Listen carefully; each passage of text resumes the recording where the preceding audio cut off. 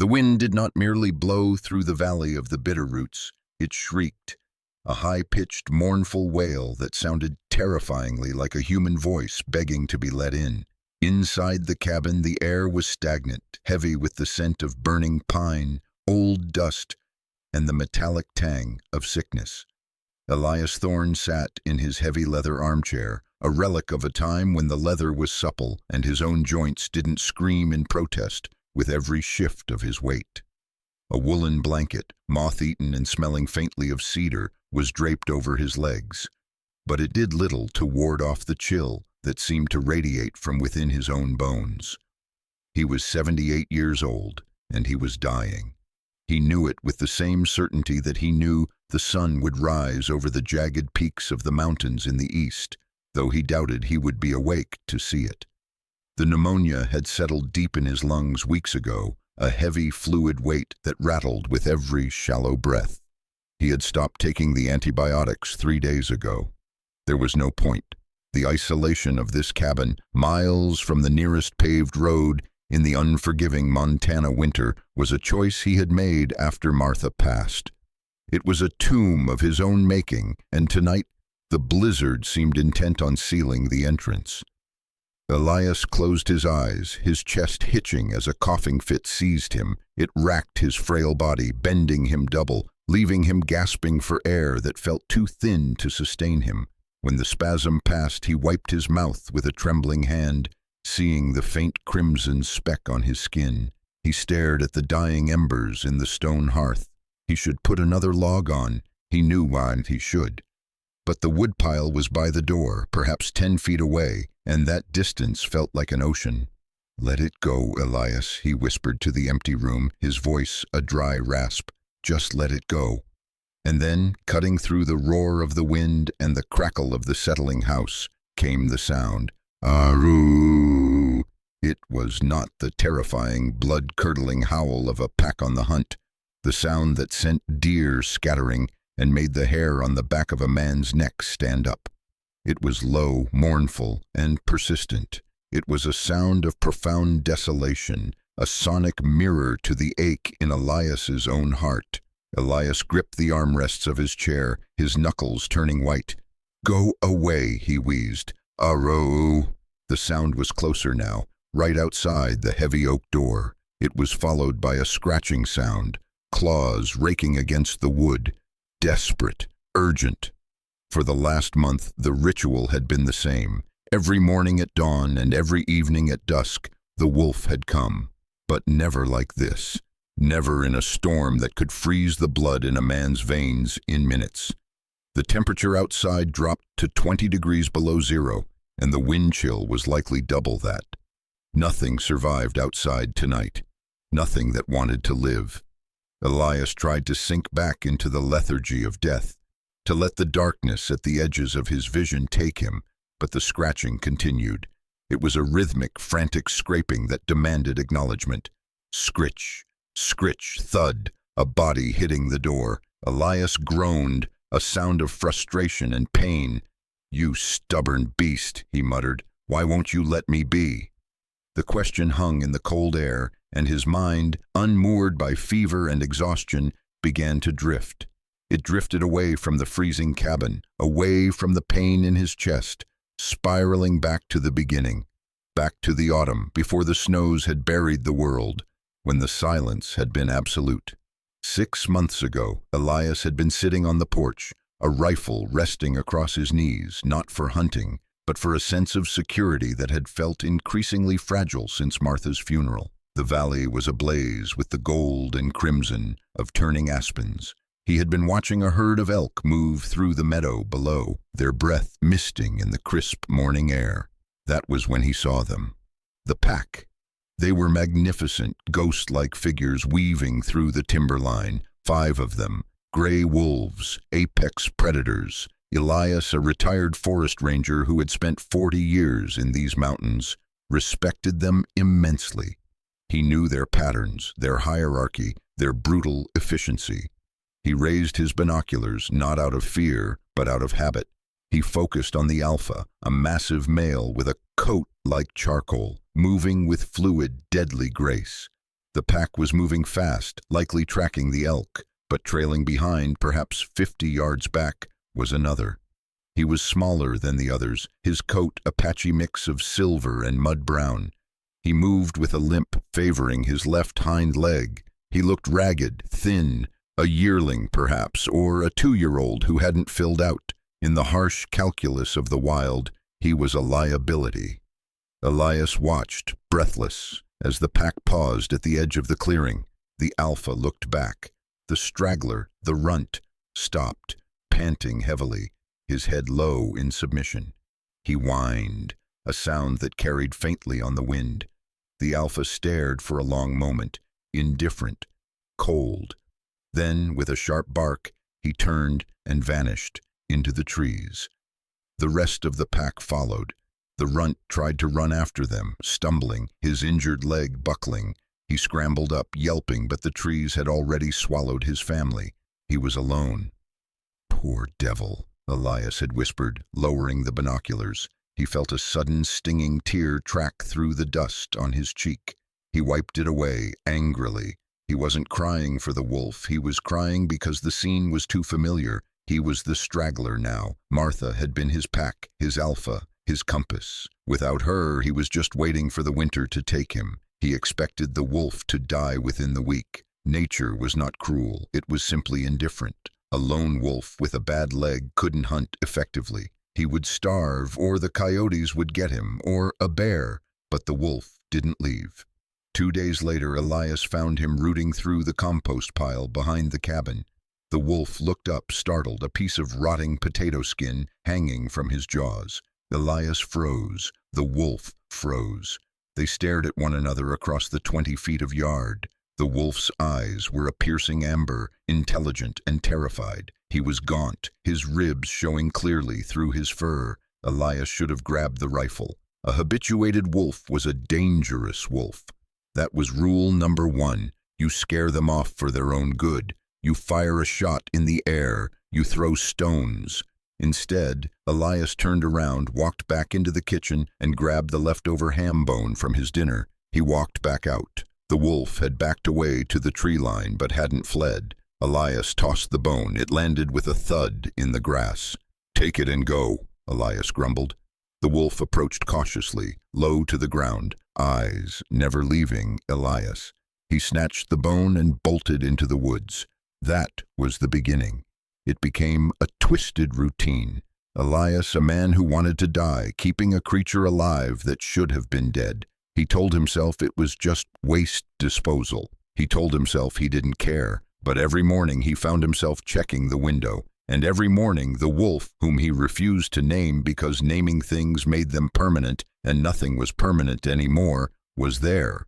As the weeks turned into months and the snow began to fall, the wolf grew slightly stronger. The limp remained, but the desperation in his movements lessened. He stopped running away immediately. He began to eat near the tree line, watching Elias on the porch. Then came the howling. It started in November. The wolf would sit on a knoll overlooking the cabin and howl. It wasn't a territorial call. It was a contact call. He was calling for a pack that wasn't there. He was calling to the only other living thing he saw.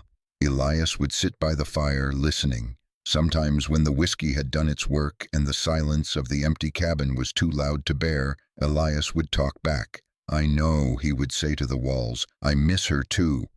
The memory shattered as a heavy thud shook the door again. Thump. The wind roared, rattling the window panes in their frames.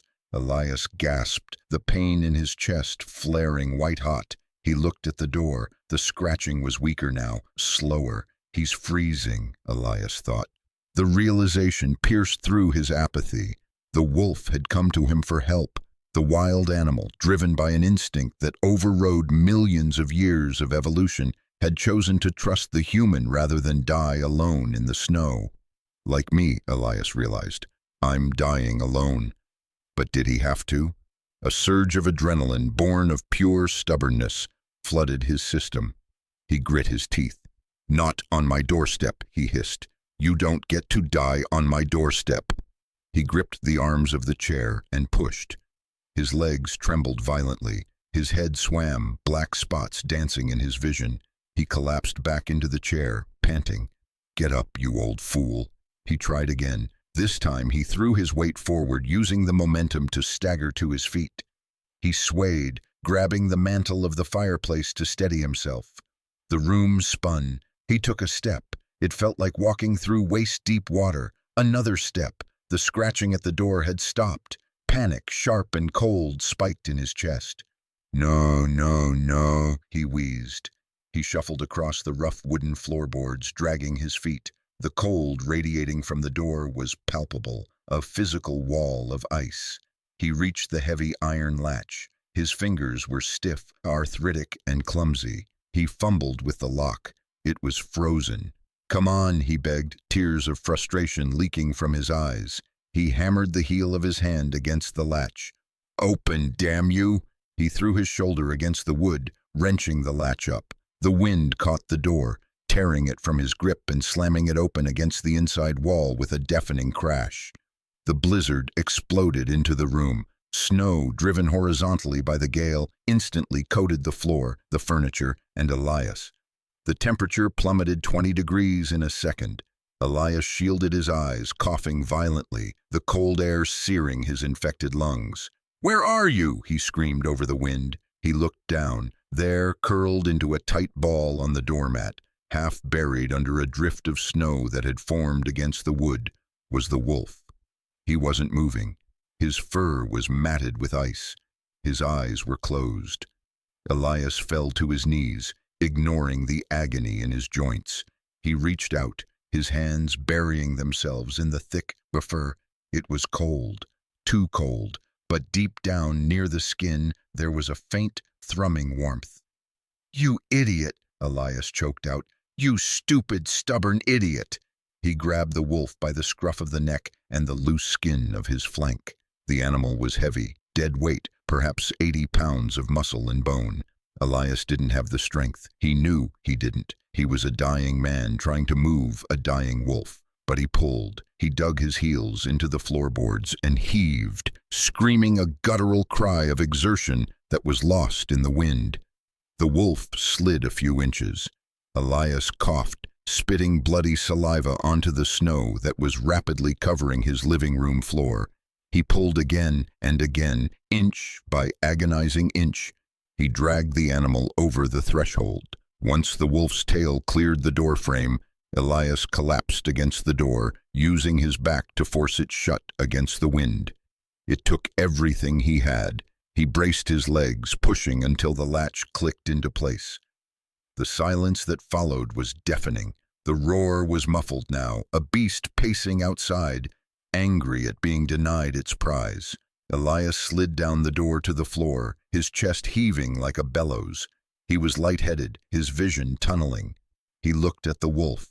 The animal lay on the rug, motionless. A puddle of meltwater was already forming beneath him.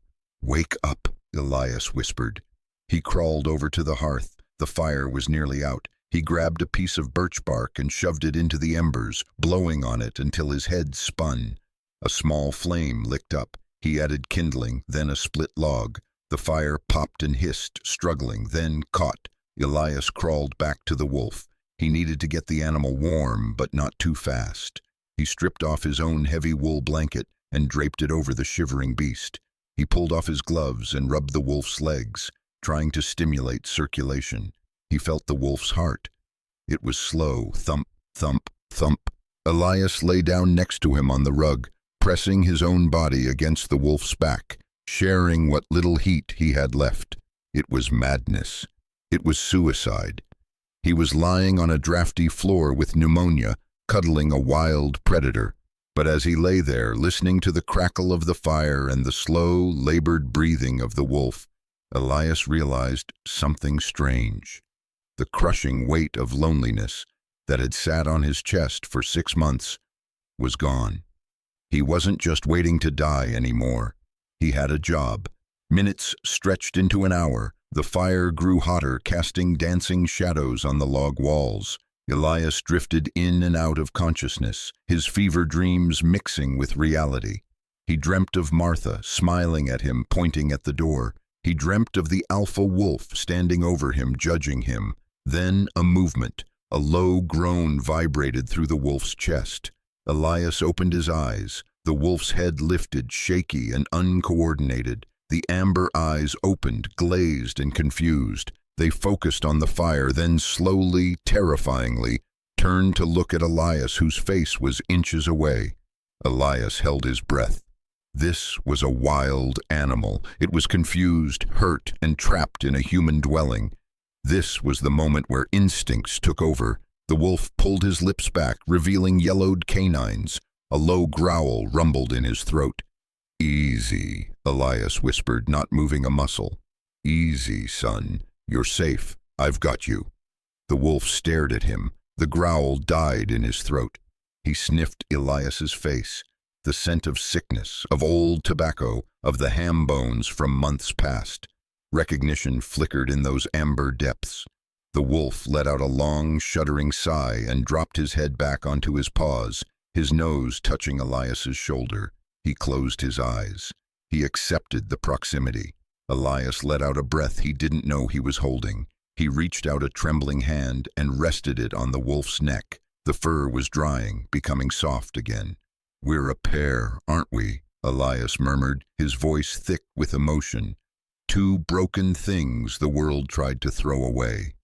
Outside, the storm raged on, burying the cabin in feet of white silence. But inside, for the first time in a long time, there was the sound of breathing that wasn't just an echo of one man's solitude. Elias watched the rise and fall of the wolf's flank. He needed water. The wolf needed water. He needed to get up and melt snow in a pot. He needed to find some dried meat. He needed to survive the night so he could keep this creature alive. Painfully, slowly, Elias pushed himself up. He wasn't going to die tonight.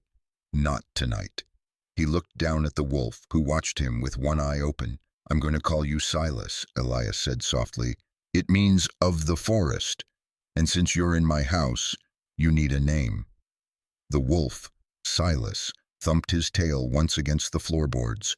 A single weak beat. It was enough. Elias moved to the kitchen, his steps a little steadier, his breath a little deeper. The bond had been forged in the ice and the dark, a contract signed in survival. They were packed now, a pack of two, and they had a long winter to survive. If these connections warmed your heart and you want to hear more stories like this, don't forget to subscribe to the channel, like and comment. Turn on notifications so you'll be the first to know about new stories. The silence that followed the blizzard was heavy, a physical weight that pressed against the log walls of the cabin. It was the silence of a world held in suspended animation, buried under 4 feet of pristine, suffocating white. Inside, the air was different. It no longer smelled solely of sickness and old age. It carried the musky, earthy scent of wet fur, pine resin, and the faint iron tang of raw meat. Elias Thorne woke with a gasp, his heart hammering against his ribs like a trapped bird. For a disorienting moment, he didn't know where he was. The gray light of dawn filtered through the frosted window panes, casting long skeletal shadows across the floor. He tried to sit up, but his body felt as though it had been poured into the armchair and left to harden. His joints locked, his lungs burned, and a coughing fit threatened to tear him apart. He stifled the cough against his sleeve, his eyes darting to the rug in front of the hearth. It was empty.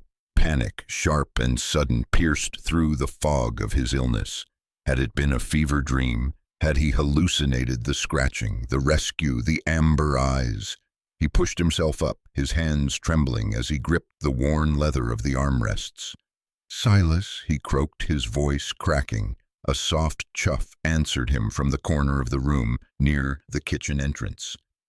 Elias turned his head slowly. There, in the shadows, sat the wolf. He was awake, alert, his ears swiveled forward, watching Elias with an intensity that was unnerving. He wasn't curled up in sleep anymore. He was sitting on his haunches, his posture rigid, his injured leg extended awkwardly to the side. "You're real," Elias whispered, sinking back into the chair. A wave of relief washed over him, followed immediately by a surge of anxiety. He had a wild animal in his house, a predator, a creature designed by millions of years of evolution to kill things much larger than a frail 78-year-old man. Silas didn't move. He simply watched. His gaze wasn't aggressive, but it wasn't friendly either. It was calculating. He was assessing the threat level of the human who had dragged him in from the cold. Elias knew he had to move. The fire was dead, reduced to a pile of gray ash and a few glowing embers that pulsed like a dying heartbeat. The cold was creeping back in, seeping through the chinking in the logs. If he didn't get the fire going, they would both freeze. "All right," Elias said, talking to the wolf as if he were a nervous horse. "I'm going to get up now, just to the fire. Don't eat me." He rose slowly, telegraphing every movement. He grabbed the iron poker and stirred the embers. He added a handful of dry needles and birch bark. The fire caught, snapping loudly. Silas flinched, his lips peeling back to reveal his teeth, but he didn't retreat. He watched the flames with a mixture of fear and fascination. Fire was the enemy of the wild, but here in this strange wooden cave, it was the source of the warmth that had saved him. Elias moved to the kitchen, his feet shuffling on the cold floorboards.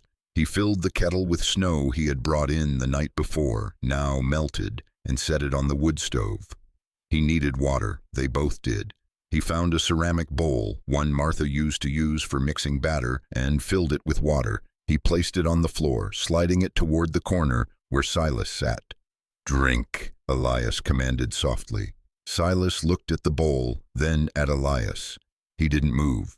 "It's just water, you stubborn mule." Elias turned his back, a calculated risk, and went to the pantry. He knew enough about canine psychology to know that staring was a challenge. He had to show he wasn't a threat. He found a strip of dried venison jerky, tough as leather, and a can of beef stew. When he turned back, the water level in the bowl was lower. Silas was licking his chops, water droplets clinging to his whiskers. Elias sat down on the floor about 10 feet away from the wolf. He tore a piece of the jerky off and tossed it. It landed near Silas's paws. The wolf sniffed it, then bolted it down in a single gulp, barely chewing. He looked at Elias, expecting more. "That's it for now," Elias said, opening the can of stew for himself and eating it cold, straight from the tin. "We have to ration. We're snowed in, Silas. God knows when the plow will come up the main road, let alone down our track." The reality of their situation began to settle in. Elias was weak, running low on firewood and sharing his dwindling supplies with a carnivore that required pounds of meat a day to survive. It was a recipe for disaster. But as he looked at the wolf, at the way the firelight danced in his coat, Elias felt a strange vibrating energy in his chest. It wasn't the pneumonia rattling, it was life. For the first time since the funeral, he had a reason to count the hours. The first 3 days were a blur of fever and survival. Elias's condition fluctuated wildly. In the mornings, he would feel strong enough to haul a few logs from the porch, which he had to clear of snow first, a task that left him gasping and dizzy. In the evenings, the fever would spike, and he would collapse into the armchair, shivering under piles of blankets, his mind wandering through memories he had tried to suppress. He remembered the day Martha brought home a wounded hawk she had found by the roadside. She had set its wing with the patience of a saint, ignoring its talons and beak. "Everything deserves a chance to fly, Eli," she had told him, "even the ones that scratch." Silas watched him through it all. The wolf seemed to understand that the man was sick. When Elias was in the throes of a coughing fit, Silas would approach, his ears flattened, and whine softly. He never touched Elias, but he would sit close by, his presence a silent anchor. By the 4th day, the fever broke. Elias woke with a clear head, hungry and thirsty, but no longer burning up. He looked over at Silas. The wolf was sleeping on the rug, his side rising and falling rhythmically. Elias decided it was time to look at the leg. He gathered his supplies, a bottle of antiseptic, clean rags, warm water, and a pair of heavy leather gloves. He approached Silas while the wolf was dozing. "Silas," he said softly, waking him. The wolf's head snapped up. He growled low in his throat when he saw the gloves. I know, Elias soothed, sitting down next to him, but that leg is a mess. I can smell the infection from here. If we don't clean it, gangrene sets in. Then you lose the leg. A three-legged wolf is a dead wolf, Silas." He held out a piece of the last raw steak he had been saving in the cooler box on the porch. It was a bribe, pure and simple. Silas eyed the meat, his nostrils flaring. Hunger won out over caution. He took the meat gingerly, his eyes never leaving Elias's face. While he ate, Elias moved. He reached out and touched the injured hind leg. Silas stiffened, his muscles bunching under the fur, a low rumble starting in his chest. "Steady," Elias murmured, "steady." He examined the wound. It was a nasty gash, likely from a trap or a jagged branch during a fall. It was swollen, hot to the touch, and oozing pus. The fur around it was matted with dried blood and dirt. Elias poured the warm water over the wound to soften the crust. Silas yelped, a high-pitched sound of pain, and snapped his jaws. His teeth clamped down on Elias's forearm. Elias froze. He felt the immense pressure of the jaw, the sharpness of the canines through the thick leather of the glove. One hard bite, and his arm would be crushed. "No," Elias said firmly, his voice devoid of fear. He looked directly into the wolf's eyes. "No." They held the gaze for a long, terrifying second. Then slowly, Silas released the pressure. He didn't let go completely, but he stopped biting down. He whined, a sound of misery. "I know it hurts," Elias whispered, his heart pounding. "I'm sorry, but we have to do this." He worked quickly. He cleaned the wound with the antiseptic. Silas shuddered but didn't bite again, and wrapped it in a clean bandage. It wasn't a professional job, but it was better than nothing. When he was done, Elias sat back, wiping sweat from his forehead. He stripped off the glove. There were deep indentations in the leather, but his skin wasn't broken. "Good boy," Elias breathed. "You're a good boy." Silas licked the bandage tentatively, then looked at Elias. He scooted closer, closing the distance between them to mere inches. He rested his chin on Elias's knee. The weight of the wolf's head was heavy, warm, and grounding. Elias reached out and buried his hand in the ruff of fur around Silas's neck. The fur was coarse, but underneath, the downy undercoat was incredibly soft. "We're going to make it," Elias said, making a promise he wasn't sure he could keep. "Both of us." A week passed. The snow settled, forming a hard crust over the valley. The cabin became a small, enclosed universe where two species revolved around each other. They developed a language of subtle signals. A specific whine meant Silas needed to go out. Elias would open the door, and Silas would limp out into the snow, do his business quickly, and scratch to come back in. A sharp intake of breath from Elias meant he was having a pain spike, and Silas would stop his pacing and settle down. But the domestic tranquility was a veneer over a harsh reality. They were starving. Elias had eaten the last of the canned beans 2 days ago. Silas had finished the dried meat. The pantry was bare save for a bag of flour and some salt. Elias made flatbread on the stove, but it wasn't enough. Not for a man recovering from pneumonia, and certainly not for a recovering wolf. Silas was restless. His leg was healing, the swelling had gone down, and he was putting weight on it, but his ribs were becoming prominent again. He paced the small cabin back and forth, the clicking of his claws on the wood, a ticking clock counting down their time. He would stand by the window, staring out at the white expanse, his body tense. He saw things Elias couldn't see. He heard things Elias couldn't hear. "I know," Elias said one evening, watching Silas stare at the tree line. "I'm hungry too." Silas turned to him and barked. It was a sharp, demanding sound. "I can't hunt, Silas," Elias said, spreading his empty hands. "I can't trek through 4 feet of snow. I'd die before I reached the creek." Silas barked again, then ran to the door and scratched. "You want to go out? It's dark." Silas looked back, his eyes urgent. Elias sighed and hauled himself up. He opened the door. The cold air bit at his face. The moon was full, illuminating the valley in a spectral blue light. Silas didn't run off to pee this time. He stepped onto the porch and looked back at Elias. He whined, then took a few steps into the snow, looking back again. "You want me to follow you?" Elias asked, frowning. Silas barked, "You're crazy! It's 10 below zero." But the wolf persisted. He ran a small circle in the snow, his limp barely noticeable now, and returned to the porch steps, looking up at Elias with an expression that could only be described as pleading. Elias looked at his boots. He looked at his heavy parka hanging by the door. He looked at the empty cupboards. "All right," he muttered, "but if I freeze to death, I'm haunting you." He dressed in layers: thermal underwear, wool pants, flannel shirt, sweater, parka, scarf, hat, 2 pairs of gloves. He strapped on his old snowshoes, which hung on the wall like decorations. They were dusty and the leather bindings were stiff, but they held.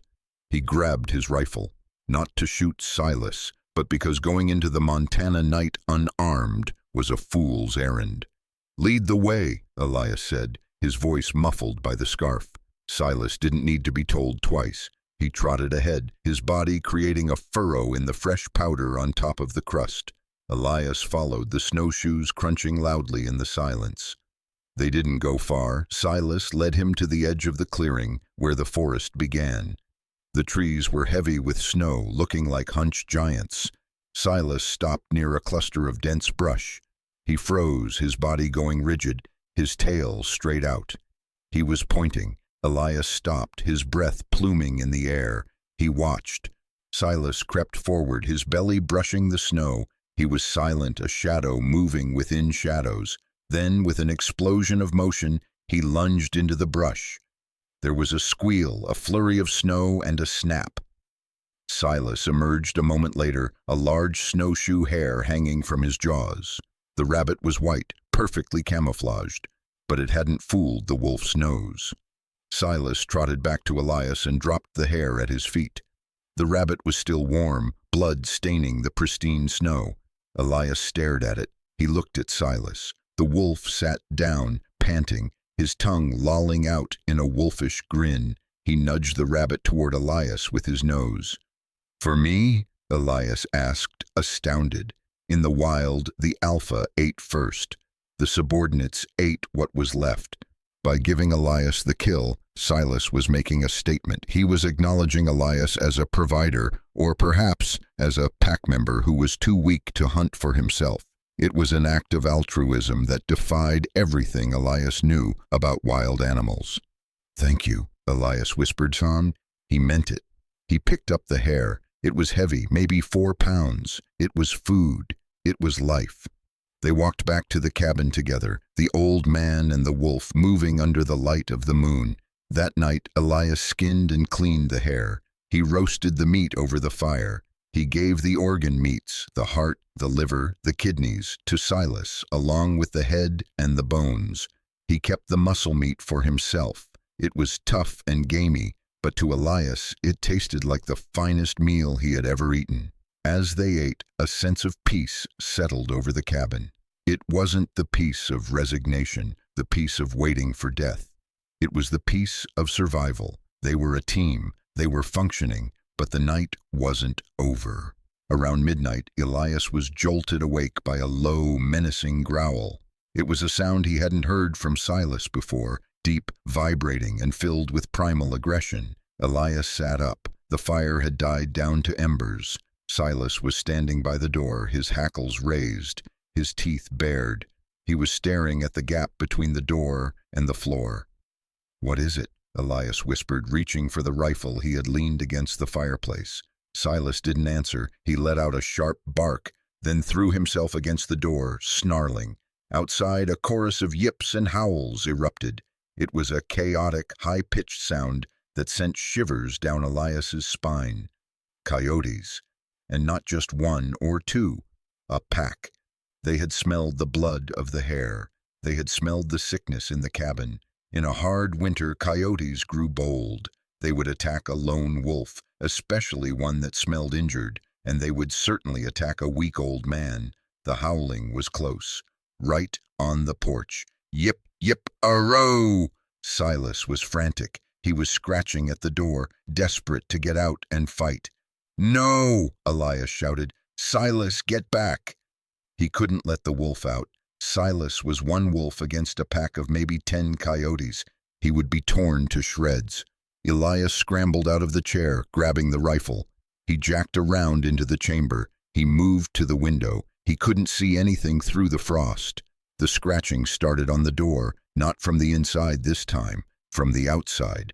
Dozens of claws. Silas was going berserk. He was throwing himself at the door, barking a deep, thunderous challenge that shook the walls. Boom, boom!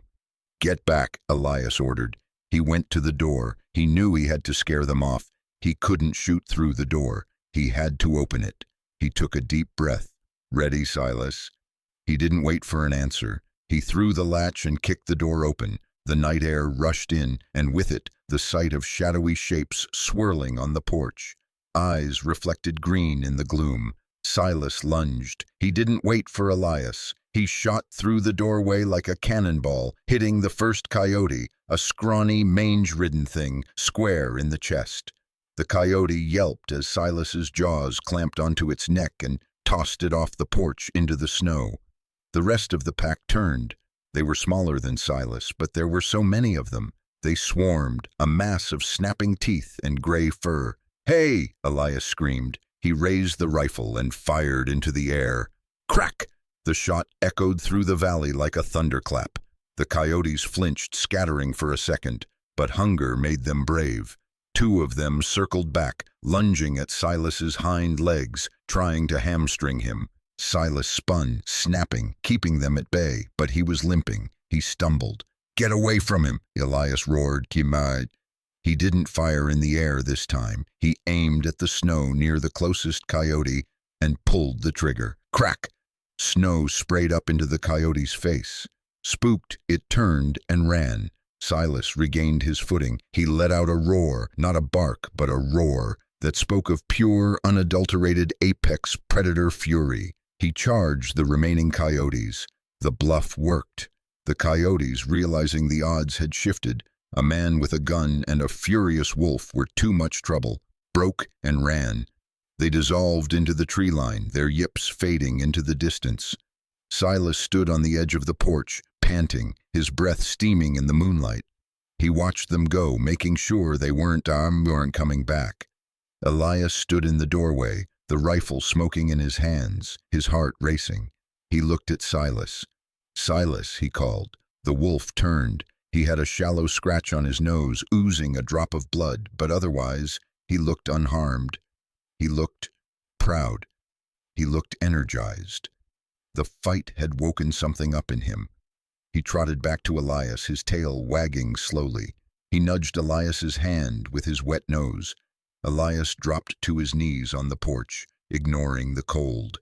He wrapped his arms around the wolf's neck, burying his face in the fur. "You crazy fool," Elias laughed, a sound that was half sob. "You saved us." Silas licked Elias's ear, a rough sandpaper rasp.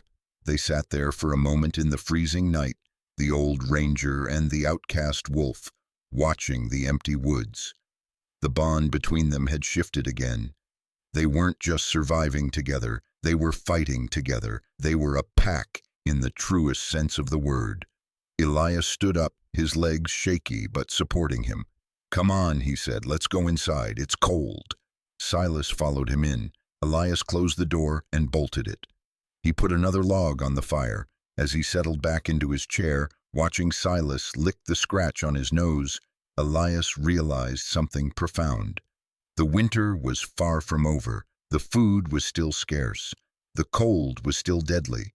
But for the first time in 6 months, Elias wasn't afraid of the dark. He had a guardian, and he was a guardian. "Good night, Silas," Elias whispered. Silas let out a contented sigh, curled up on the rug, and closed his eyes. The calendar on the wall, a promotional gift from the local hardware store featuring vintage tractors, hadn't been turned since October.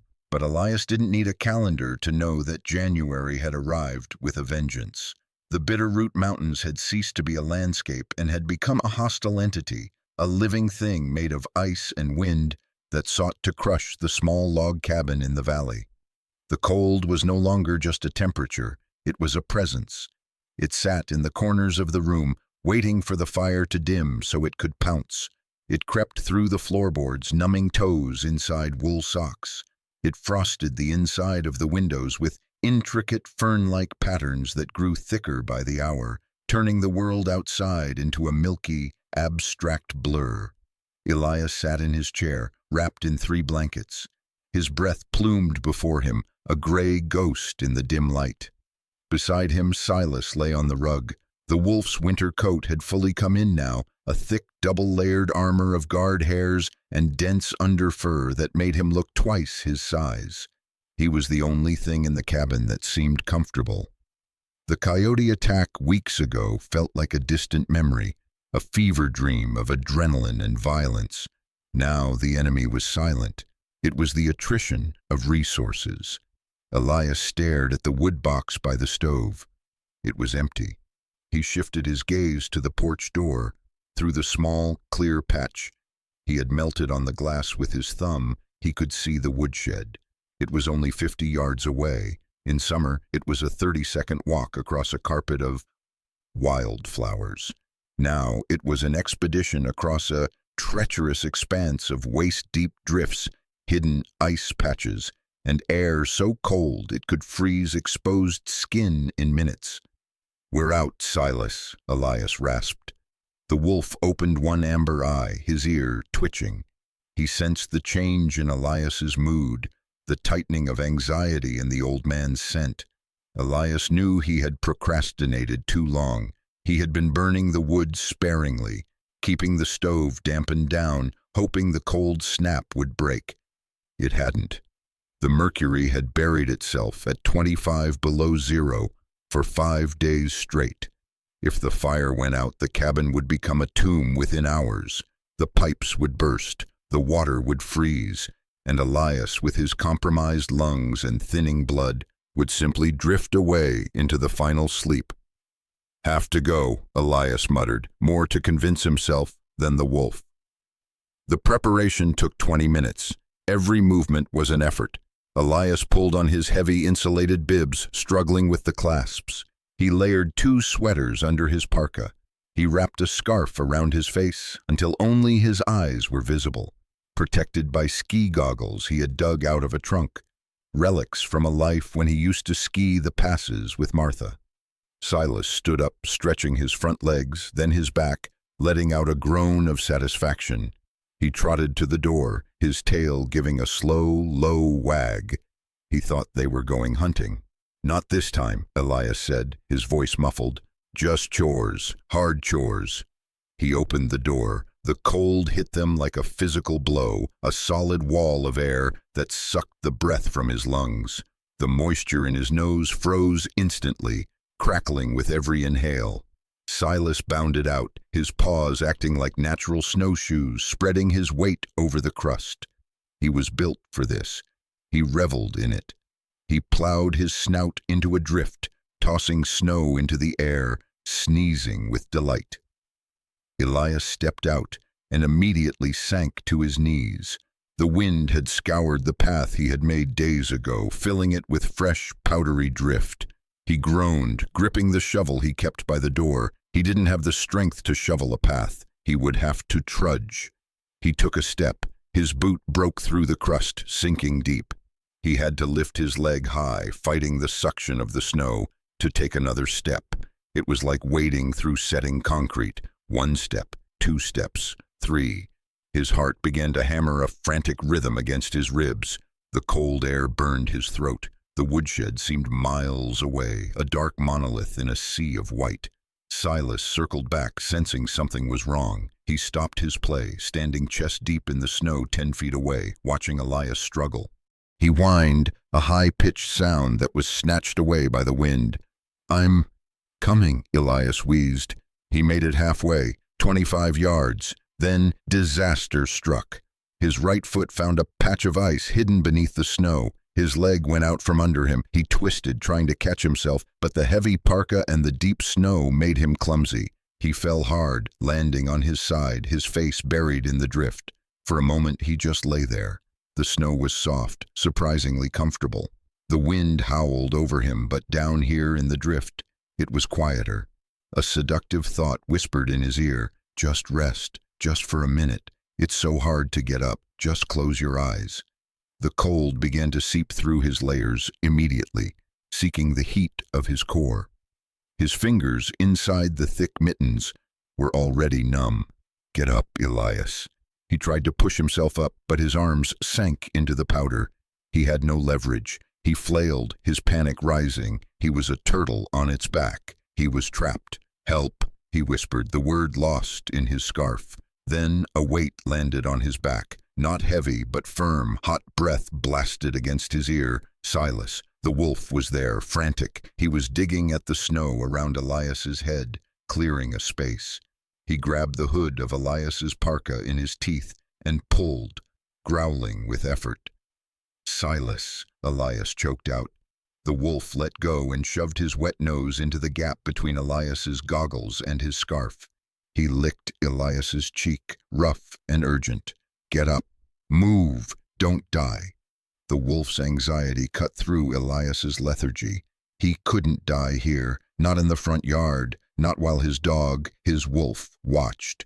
It would be a betrayal. "All right," Elias grunted. "All right." He managed to roll onto his stomach. He brought his knees up under him. Silas seemed to understand. He moved to Elias's side, pressing his solid, muscular body against the old man's ribs, offering a brace. Elias leaned heavily against the wolf. He grabbed a handful of Silas's thick fur, a sacrilege in any other context, but a necessity now. Silas didn't flinch. He planted his feet, growling low, anchoring himself. Using the wolf as a crutch, Elias heaved himself up. He swayed, the world spinning gray and white. He stood there for a moment, clutching Silas's fur, gasping for air. "Okay," Elias breathed. "Okay." They finished the trek to the woodshed together. Elias moved one agonizing step at a time, his hand resting on Silas's back. The wolf matched his pace, walking with a slow, deliberate cadence, his eyes scanning the horizon for threats that the man was too weak to see. Inside the shed, the smell of split pine and sawdust was intoxicating. It smelled of life. Elias loaded the sled he kept there with as much wood as he dared. Birch for heat, pine for starting.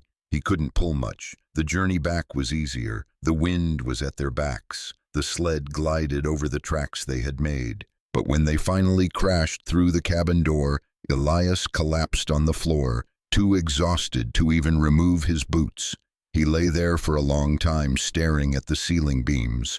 The fire was dead ash now. The cabin was freezing. Silas didn't go to his rug. He lay down next to Elias, pressing his entire length against the man's side. He rested his head on Elias's chest, his amber eyes watching Elias's face. Elias could feel the wolf's heart beating against his own ribs.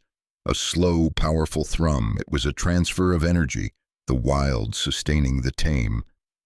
I almost didn't make it," Elias whispered. Silas licked the old man's chin. That night, after the fire was roared back to life and the tea was brewed, the dynamic in the cabin shifted irrevocably. Elias realized he was no longer the master of the house. He was the pack elder, respected but frail. Silas was the provider, the protector.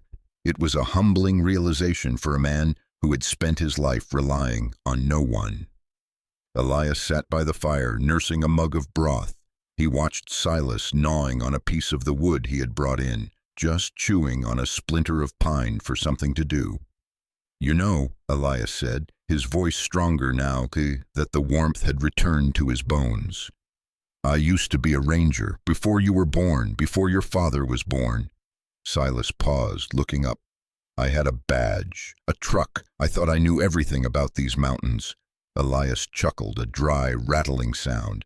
"I thought I knew everything about wolves." The memory came to him then, sharp and clear as the ice on the window. It was 1978. A severe winter, much like this one. A pack of wolves had come down into the valley near a ranch. They were starving. They had taken a calf. The rancher had called it in. Protocol was strict. Livestock depredation meant removal. Elias had been the one to track them. He had found the den. He had looked through his scope at the alpha female. She was thin, her ribs showing, nursing 3 pups. She looked directly at him, or so it felt. He had lowered the rifle. He couldn't do it. He had reported that they had moved on. He had lied. He lost his job a year later for insubordination on another matter, but he never regretted that day. "I let them go, Silas," Elias whispered to the fire. Maybe one of them was your great-grandmother. Maybe that's why you're here, paying a debt." Silas stood up and walked over to Elias. He didn't nudge for food. He didn't ask to go out. He simply placed his head in Elias's lap and let out a long sigh, closing his eyes. Elias ran his warped fingers through the wolf's fur. He felt the scar tissue on Silas's leg, the knot of bone where it had healed crooked but strong. "We're both survivors, aren't we?" Elias murmured. "Too stubborn to die." As January bled into February, the isolation deepened. The snow piled up to the windowsills, turning the cabin into a twilight world even at noon. They were running out of everything. The flour was gone, the tea was gone, they were down to the last few cans of soup and the game Silas could catch. But the game was disappearing. The deep snow made it hard for the deer and elk to move, so they had migrated lower, out of the valley. The rabbits were hiding deep in their burrows. Silas was hunting for hours now, returning exhausted and empty-handed. His ribs were showing again. His coat lost some of its luster. One evening Silas returned after a 6-hour absence.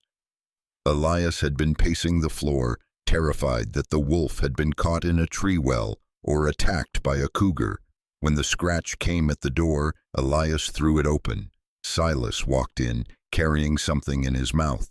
He didn't drop it on the floor. He walked straight to Elias's chair and placed it gently on the seat. It was a grouse, a ruffed grouse, but it was frozen solid. It had been dead for days, likely a kill from a raptor that had been dropped and lost in the snow. Silas had scavenged it. He looked at Elias, then backed away and sat down. He licked his lips. He was starving. A wolf can eat 20 pounds of meat in a sitting. This bird was a mouthful, but he had brought it to Elias. Elias stared at the frozen bird. Tears pricked his eyes, hot and stinging. This was regurgitation behavior, modified. In the wild, wolves would bring food back to the pups or the nursing mothers or the injured pack members. "You think I'm the pup?" Elias asked, his voice trembling. Silas tilted his head. "I guess I am," Elias said. "I'm the one who can't hunt." He took the bird. He cleaned it, saving the feathers. He didn't know why, maybe to remember. He boiled the bird, making a thin soup. He divided the meat. He gave Silas 3/4 of it. "Eat," Elias said. "You did the work." Silas ate slowly, savoring every bite. When he was done, he licked the bowl clean, pushing it around the floor with his nose. That night, the temperature dropped even further. The cabin groaned and popped as the timbers contracted. The cold was a physical assailant seeking any weakness. Elias lay in his bed under a mountain of quilts. He was shivering uncontrollably. His body, weakened by age and hunger, could no longer generate enough heat to keep up with the loss. He felt the mattress depress. Silas climbed onto the bed. This was a boundary they hadn't crossed. The rug was Silas's place. The bed was Elias's. But the rules of civilization didn't apply at 30 below. Silas curled up against Elias's back, a furnace of fur and muscle. He draped his heavy tail over Elias's legs. He rested his head on Elias's ankle. The warmth was immediate. It radiated through the quilts, through Elias's pajamas, into his spine. It was a primitive, life-saving heat. Elias stopped shivering. He relaxed, his breathing sinking with the wolf's. In the darkness, Elias reached back and rested his hand on the wolf's flank. "Thank you, brother," he whispered into the dark. Silas didn't move, but his breathing deepened. He was asleep, keeping watch in his dreams. The next morning brought a deceptive calm. The sun came out, blindingly bright, reflecting off the diamond dust snow, but the air was still deadly. Elias felt stronger after the night of shared warmth. He sat up, swinging his legs over the side of the bed. Silas was already up, sitting by the door, alert. "What is it?" Elias asked. Silas whined, pawing at the door. Elias frowned. It wasn't the bathroom signal. It was the alert signal. He went to the window. He looked out. At first he saw nothing but the blinding white. Then movement at the edge of the clearing. A shape, large, dark, moving with a lumbering, heavy gait. A moose, a bull moose, struggling through the drifts. Moose were dangerous in winter. They were irritable, starving, and massive. A single kick could shatter a wolf's skull or cave in a man's chest. But to a starving pack, a moose was salvation. It was meat for a month. Silas was vibrating. He looked at Elias, his eyes burning with an intense amber fire. "Do you see it? Do you see the life?" Elias looked at the rifle in the corner. He had 3 bullets left. He looked at the moose. It was exhausted, trapped in the deep snow near the creek bed. He looked at Silas's thin frame. Elias made a decision. It was a dangerous one, a foolish one, but they were dying by inches in this cabin. "Okay," Elias said. "Okay, Silas." He grabbed the rifle. He grabbed his coat. "We hunt." The words hung in the air, ancient and heavy. Elias wasn't a ranger anymore. He wasn't a conservationist. He was a predator, part of a pack of 2, and they needed to eat. He opened the door. Silas slipped out like a shadow, silent and deadly intent. Elias followed, the rifle cold in his hands, stepping into the blinding light of the winter day. The world outside the cabin was a blinding, overexposed photograph. The sun, reflecting off millions of ice crystals, turned the valley into a bowl of radiant light that seared the retina. Elias squinted against the glare, his ski goggles fogging slightly at the edges with every labored breath. The air was still, terrified into silence by the cold, which hovered around 30 degrees below zero. At this temperature, sound traveled differently, crisp, sharp, and unnervingly loud. The crunch of his snowshoes on the crust sounded like gunshots. Ahead of him, Silas moved with a fluidity that mocked Elias's clumsy struggle. The wolf did not break through the crust. He flowed over it, a gray phantom detached from the constraints of gravity. He was in his element. His nose was low, reading the invisible script of the wind, decoding the scent of the bull moose that was somewhere ahead, in the willow thickets near the frozen creek. Elias checked his rifle again, a bolt-action Winchester Model 70, 30-06 caliber. It was a tool of precision, cold steel and walnut stock, but in hands numbed by frost, it felt like a foreign object. He had 3 rounds, 3 chances. If he missed, or worse, if he wounded the animal and it ran, they would not have the strength to track it. And an angry, wounded moose was more dangerous than a bear. They reached the edge of the creek bed. The willows were thick here, protruding from the snow like skeletal fingers. Silas stopped. He froze in mid-step, his right front paw raised, his tail extended straight back. He turned his head slowly to look at Elias, his amber eyes burning with a predatory intelligence. "He is here." Elias nodded, his heart hammering against his ribs. He crouched, the joints of his knees popping audibly. Through the tangled branches he saw it. The moose was a titan. It was a bull, easily 1,000 pounds, standing chest-deep in a drift that would have swallowed a man whole. His dark coat was shaggy, patchy with winter ticks, and his breath hung in a massive cloud around his head. He had shed his antlers already, leaving raw pedicles on his skull, but that made him no less formidable. He was stripping bark from a willow, his movements slow, lethargic. He was starving, just like them. Elias felt a pang of sorrow. This was the brutality of nature. For them to live, this magnificent giant had to die. It wasn't malice, it was mathematics. Silas didn't share the sentiment. He was pure instinct now. He looked at Elias, waiting for the signal, or perhaps simply waiting for the man to be in position. Go, Elias whispered, the word forming a puff of steam that instantly vanished. Silas moved. He didn't charge. He drifted to the right, circling wide, moving downwind. He was positioning himself to drive the moose or to distract it. The moose stopped chewing. His massive ears swiveled. He had heard something, or smelled something. He snorted, a loud, wet sound, and stomped a front hoof, shattering the snow crust. Silas broke cover. He trotted into the open 20 yards from the moose. He didn't bark. He just stood there, his presence a silent challenge. The moose saw him. The hackles on the giant's back rose. A lone wolf was usually a nuisance, not a threat, but a nuisance that needed to be stomped. The moose lowered his head and charged. A short, explosive burst of power that threw snow 10 feet into the air. Silas was ready. He feinted left, then darted right, easily avoiding the clumsy charge. He snapped at the moose's heels, not making contact, just harassing. The moose spun, surprisingly agile for its size, and kicked out with its hind legs. The hooves, sharp as chisels, sliced the air inches from Silas's muzzle. If one of those connected, it would shatter the wolf's jaw. Elias watched, terrified. This was the dance of death. The wolf was keeping the moose occupied, turning it broadside to Elias. Silas was making himself the target. "Careful, boy," Elias muttered, raising the rifle. He brought the scope to his eye. The world narrowed to a circle of crosshairs and brown fur. The moose was moving too much. Silas was darting in and out, barking now, a sharp rhythmic sound designed to confuse and panic the prey. The moose lunged at Silas again, driving him back toward the deeper snow. Silas stumbled, his bad leg caught on a buried branch. He went down. The moose reared up, ready to bring its front hooves down in a crushing blow. "No!" Elias screamed.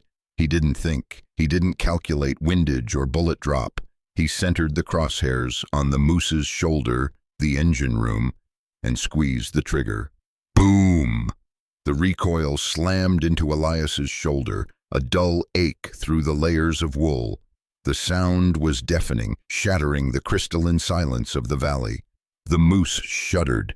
The massive front legs, poised to crush Silas, faltered.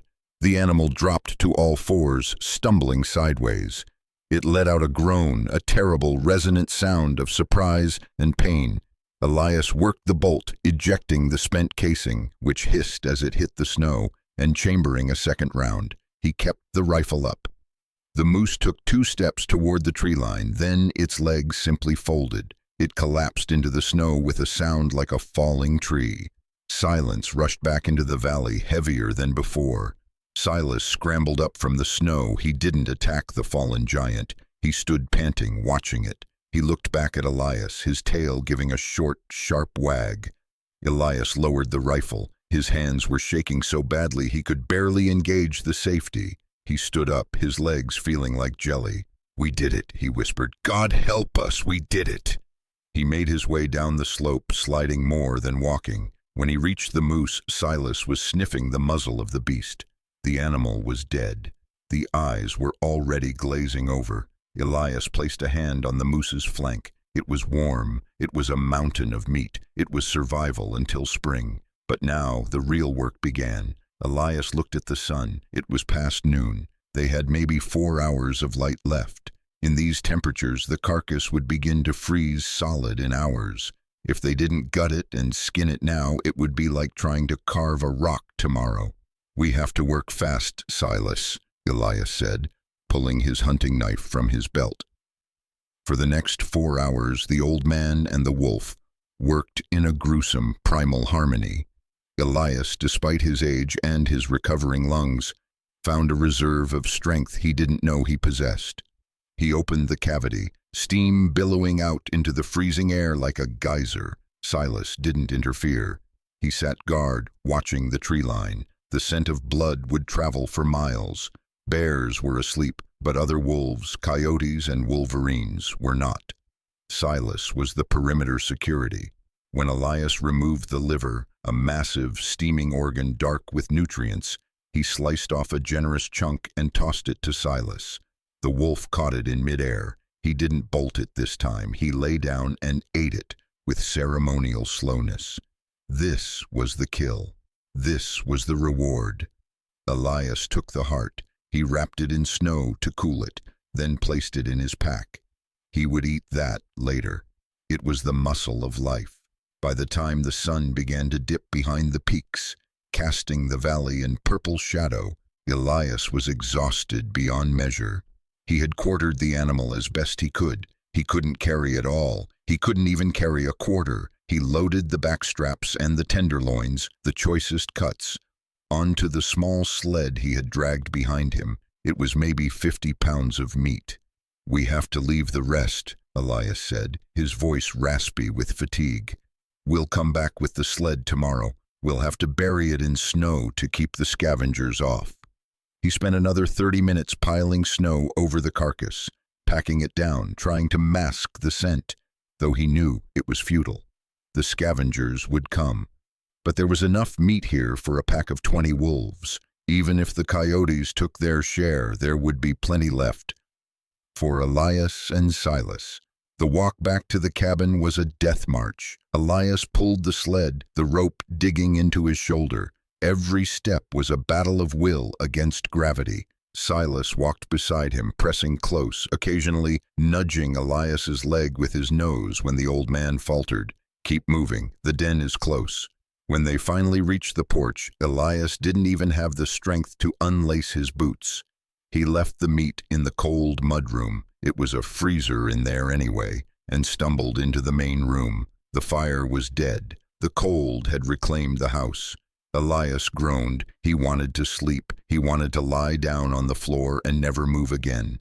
But Silas wouldn't let him. The wolf grabbed Elias's sleeve and tugged. "I know," Elias muttered. "Fire first." He built the fire with trembling hands. When the flames finally leaped up, casting their orange glow on the walls, Elias slumped into his chair. He looked at Silas. The wolf's muzzle was stained with blood. His belly was distended. He looked content. He looked and Elias realized, looking at his own hands, that he was stained with blood too. He smelled of raw meat and wood smoke and sweat. He wasn't the sick old man fading away in a clean bed anymore. He was alive. He was part of the food chain. He went to the mudroom and cut a piece of the tenderloin. He didn't bother with a recipe. He seared it in a cast-iron skillet with a little salt. He ate it with his fingers, the juice running down his chin. It was the best thing he had ever tasted. It tasted like iron and will. That night, the dreams came, but they weren't the fever dreams of the past. Elias dreamt he was running through the snow on 4 legs. The air was crisp and full of scents, pine, hair, water, danger. He felt strong. He felt fast. He was running next to a gray shadow, and he knew with absolute certainty that he was not alone. The next 2 weeks were a time of plenty. Elias made daily trips to the kill site with the sled. He found that wolverines had taken some of the ribs and the ravens had picked at the scraps, but the bulk of the meat remained frozen under the snow. He hauled it back piece by piece, filling the woodshed until it looked like a butcher's shop. With the abundance of food, Elias's strength returned rapidly. The cough subsided to a morning nuisance. His color returned. He started doing push-ups against the kitchen counter, 5, then 10. He needed to be strong for Silas. Silas thrived. His coat became glossy and thick. The limp in his leg all but vanished. Appearing only after a long day of running, he began to patrol the area around the cabin, marking the perimeter. This was their territory. But with the return of health came the return of the world. One afternoon, late in February, the silence of the valley was broken by a sound that didn't belong. It wasn't the wind or a bird or a wolf. It was a drone, a mechanical hum. Elias was on the porch, whittling a piece of birch. Silas was sleeping in a patch of sun. At the sound, Silas leaped up, his ears swiveling. He let out a low growl, backing toward the door. Elias stood up, shading his eyes. Far down the valley, following the buried line of the access road, a black speck was moving. It was moving too fast to be an animal. A snowmobile. Elias felt a knot of dread tighten in his stomach. He hadn't seen another human being in 4 months. He had thought he wanted isolation, but now the intrusion felt like a threat. "Inside, Silas," Elias ordered. The wolf didn't want to go. He wanted to stand and face the intruder. "Inside!" Elias snapped, more harsh than he intended. Silas shot him a hurt look but obeyed, slipping through the door. Elias followed, grabbing his rifle from the rack. Not to shoot, but because old habits died hard. He stepped back onto the porch and waited.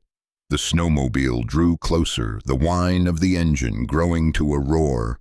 It was a sleek, modern machine, bright yellow. The rider was clad in high-tech gear, a helmet with a tinted visor hiding their face. The machine slowed as it approached the cabin, the skis carving a turn in the yard. The engine cut, the silence rushed back in, but it was tense now.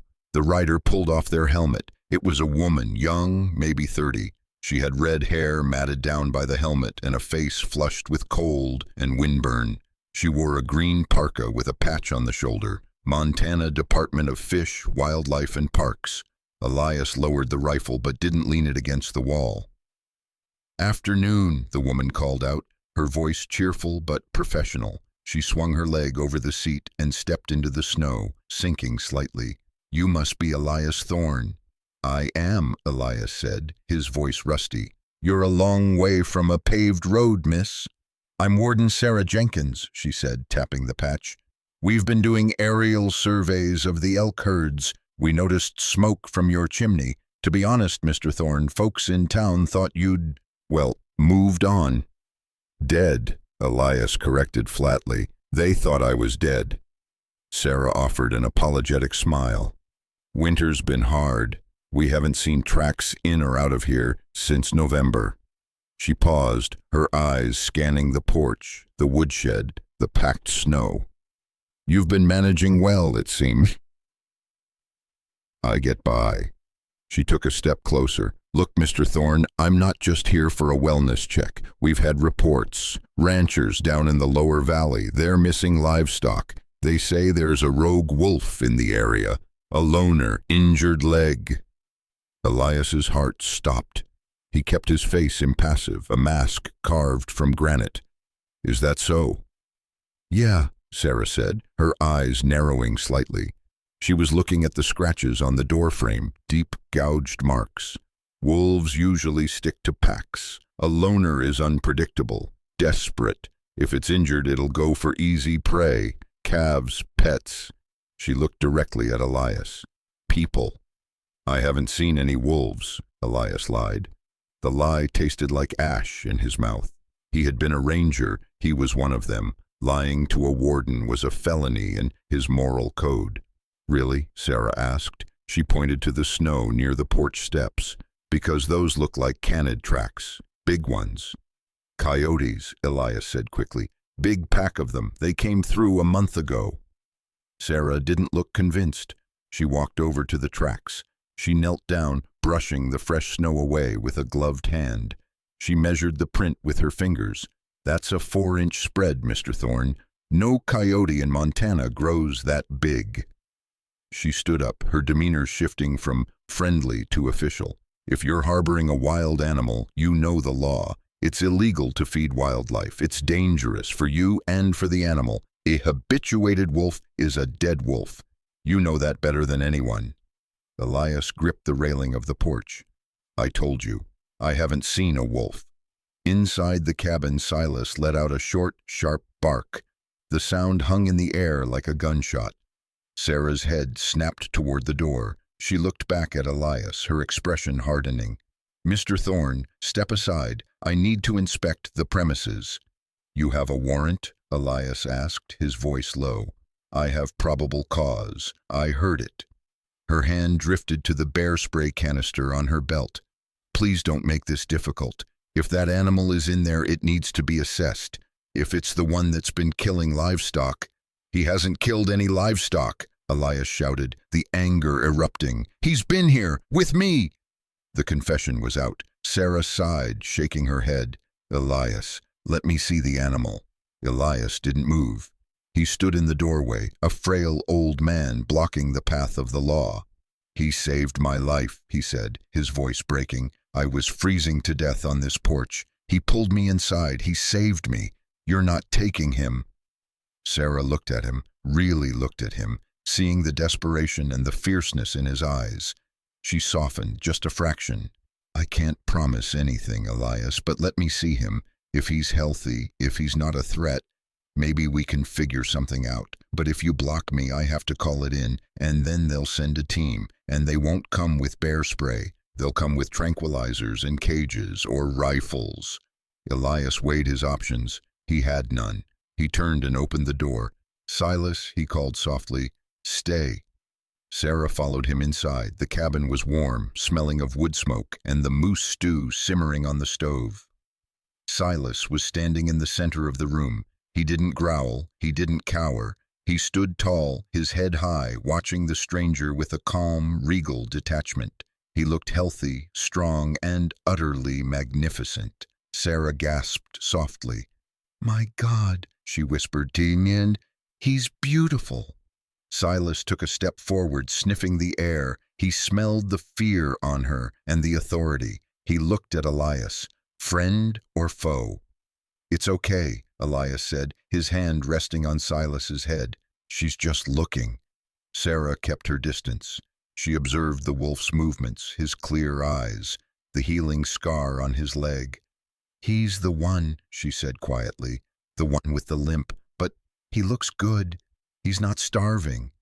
"We hunted a moose," Elias said proudly, "together." Sarah looked from the man to the wolf. She saw the bond. It wasn't a pet and a master. It was something older, something almost forgotten. "Elias," she said slowly, "you know I can't ignore this. A wolf in a house. It's a ticking time bomb, but—" She hesitated. "The livestock kills stopped 3 weeks ago, about the time you say you got the moose. He's not a killer, I mean not of cows. He's a wolf. He hunts." Sarah nodded. She backed away toward the door. "I didn't see a wolf here today, Mr. Thorne. I saw a confused old man and some coyote tracks." Elias blinked, stunned. "What?" "I'm giving you a warning," Sarah said, her voice stern. "If he causes trouble, if he goes near the ranches again, I can't help you, and when the snow melts, he has to go back. He belongs wild, Elias. You can't keep him. You're stealing his life by keeping him in here." She opened the door. "Take care of yourself, and be careful." She walked out. The snowmobile roared to life. Elias watched her go until she was just a speck again. He closed the door and leaned against it, his legs trembling. He looked at Silas. "Did you hear that?" Elias whispered. "We're secrets now." Silas didn't care about secrets. He nudged Elias's hand, looking toward the stove. He wanted stew. Elias laughed, a sound of pure relief.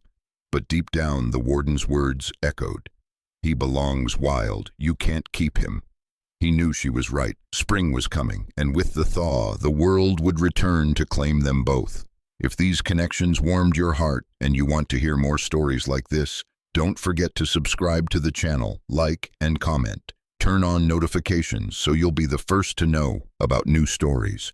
The silence of the winter did not end with a whisper. It ended with a roar. It began in mid-March, a subtle shift in the angle of the sun that turned the blinding white of the valley into a soft, weeping gray. The temperature hovered above freezing for the first time in 5 months, and the world began to liquefy. The sound was constant, a symphony of dripping, trickling, and rushing water. The roof of the cabin shed its heavy load of snow in massive, thundering sheets that shook the foundations. The creek, buried under ice since November, burst its banks, its dark, turbulent waters chewing at the muddy banks. The air lost its sharp, biting sterility and grew heavy with the scent of wet earth, rotting vegetation, and the pungent, raw smell of awakening life. For Elias, the thaw was both a liberation and a curse. The roads were opening, meaning he was no longer a prisoner in his own home. But with the melting snow came the realization that the suspended reality he and Silas had lived in was dissolving. The truce with nature was over. Silas felt it too. The wolf was transformed. The lethargy of the deep winter was replaced by a frantic, vibrating energy. He paced the cabin floor, his claws clicking a restless rhythm on the wood. He spent hours standing by the door, whining, his nose working overtime to catalog the explosion of scents drifting in through the cracks. The scent of squirrel, the scent of pine marten, the scent of bear. Elias watched him from the armchair, a mug of coffee growing cold in his hands. He felt a heavy stone of dread in his stomach. He knew what was happening. The wild was calling its son back. "You're antsy, aren't you?" Elias murmured. Silas stopped pacing and looked at Elias. His amber eyes were no longer soft with gratitude. They were wild, distant, focused on something Elias couldn't see. He went to the door and scratched, tearing a splinter of wood from the frame. "All right," Elias sighed. "Go." He opened the door. Silas didn't trot out. He exploded onto the porch, leaping over the mud puddles, his nose skimming the ground. He ran to the tree line, marked a pine tree, and then vanished into the shadows. In January, Silas would be back in an hour. Now he would be gone for half the day. Sometimes Elias would stand on the porch as the sun went down, scanning the edge of the forest, heart in his throat, terrified that this was the day Silas wouldn't come back. Or worse, that he had met a rancher with a rifle. But Silas always returned, usually just after dark, smelling of wet fur and musk, often with a bloody muzzle from a hare or a vole he had caught. He would eat, sleep for a few hours, and then be at the door again before dawn. He was living two lives, and Elias was only part of one of them. One unseasonably warm afternoon, Elias decided to venture out to the woodshed. The snow had receded enough to reveal patches of brown, sodden grass, though drifts still clung to the shadows like stubborn ghosts. He needed to check the roof. A heavy branch had come down during the last storm, and he worried about leaks. He took his walking stick, his legs feeling stronger than they had in years, but still stiff. The air was filled with the sound of red-winged blackbirds calling from the willows, a sound that usually brought him joy, but today felt like a countdown. Silas was out on patrol. He had left hours ago, heading up the ridge toward the high country. Elias reached the shed and walked around the back. The damage was minor, a few cracked shingles. He reached up with the stick to knock a piece of debris loose. That was when he smelled it. It wasn't the smell of wet earth. It was a thick, rank odor, like old garbage and wet dog, but magnified 100 times. It was a smell that triggered a primal alarm in the reptilian part of the human brain. Elias froze. He slowly lowered the stick. He turned his head. Standing at the corner of the shed, less than 30 feet away, was a mountain of brown fur. It was a grizzly bear, a boar judging by the size of him, easily 600 pounds. He was gaunt from hibernation, his coat patchy and matted with mud, but the muscle beneath was terrifyingly evident. He had likely been attracted by the scent of the dried blood in the dirt, where Elias had processed the moose months ago. The bear was digging at the frozen ground, ripping up sod with claws the size of kitchen knives. At Elias's movement, the massive head swung up, small, beady eyes fixed on Elias. The bear huffed, opening a mouth filled with yellowed teeth, and popped his jaws, a warning sound that sounded like two stones being clacked together. Elias stopped breathing. He was unarmed. His rifle was in the cabin 50 yards away. 50 yards might as well have been 50 miles. Rule number 1, don't run. Rule number 2, make yourself big. Rule number 3, pray. "Hey, bear," Elias said, his voice trembling but loud. "Whoa, bear, I'm just leaving." He took a slow step backward. The bear didn't like the movement. He was hungry, irritable, and waking up to a world that owed him calories. This old man wasn't a threat. He was a slow-moving obstacle, or perhaps a meal. The bear dropped to all fours and took 2 loping steps forward. It was a bluff charge, a test of resolve. Elias held his ground, though his knees knocked together. "Go on, get out of here!" The bear huffed again, swaying his head from side to side. He wasn't leaving. He lowered his head, ears pinned back. The bluff was over. Elias turned to run. It was instinct, pure and stupid. He took 3 strides toward the cabin before his boot caught in the mud. He went down hard, the breath driven from his lungs. He rolled over, looking back. The bear was coming. He wasn't galloping, just moving with a terrifying, inexorable speed, closing the distance. Elias scrambled backward on his elbows, a scream trapped in his throat. He closed his eyes, waiting for the crushing weight, the tearing of teeth. Roar! It wasn't the bear. A gray blur shot out of the tree line to Elias's right. It was a missile of fur and fury, moving so fast the eye could barely track it. Silas hit the bear broadside. The impact was sickening, a thud of meat on meat. Silas, 80 pounds of wolf, slammed into the 600-pound grizzly, his jaws clamping onto the loose skin of the bear's neck. The bear roared in surprise and pain, spinning around to deal with this new threat. He swiped a massive paw, but Silas was already gone. The wolf released his bite and danced away, low to the ground, snarling a sound that was pure distilled violence. "Silas!" Elias screamed. The bear forgot about the old man. His focus was entirely on the wolf. He reared up on his hind legs, towering over the yard, 8 feet of rage. He lunged at Silas, jaws snapping. Silas didn't retreat. He wove in and out of the bear's reach, nipping at the hamstrings, snapping at the flanks. He was quicker, more agile, using the muddy terrain to his advantage. He was buying time. He was drawing the bear away from Elias. "Run, you fool!" Silas seemed to scream with every snap of his jaws. Elias scrambled to his feet. He ran for the cabin. He didn't look back. He hit the porch steps, stumbled, crawled to the door, and threw himself inside. He grabbed the Winchester from the rack. His hands were shaking so violently, he dropped the box of ammunition. Bullets scattered across the floor. He fell to his knees, scrabbling for them, jamming them into the magazine. 1, 2, 3. He ran back to the door. Outside, the fight was turning. The surprise had worn off. The bear realized the wolf was just a nuisance. He stopped trying to chase Silas and stood his ground, guarding the space. Silas circled him, panting, blood dripping from a gash on his shoulder where a claw had grazed him. He was tiring. He couldn't keep this up. A single solid hit from the bear would break his spine. The bear lunged again, this time with terrifying speed. He caught Silas mid-leap. A heavy paw swatted the wolf out of the air. Silas hit the ground hard, rolling, yelping in pain. He tried to scramble up, but the bear was on him, pinning him down. The massive jaws opened, aiming for the wolf's throat. Crack! The rifle shot echoed through the valley.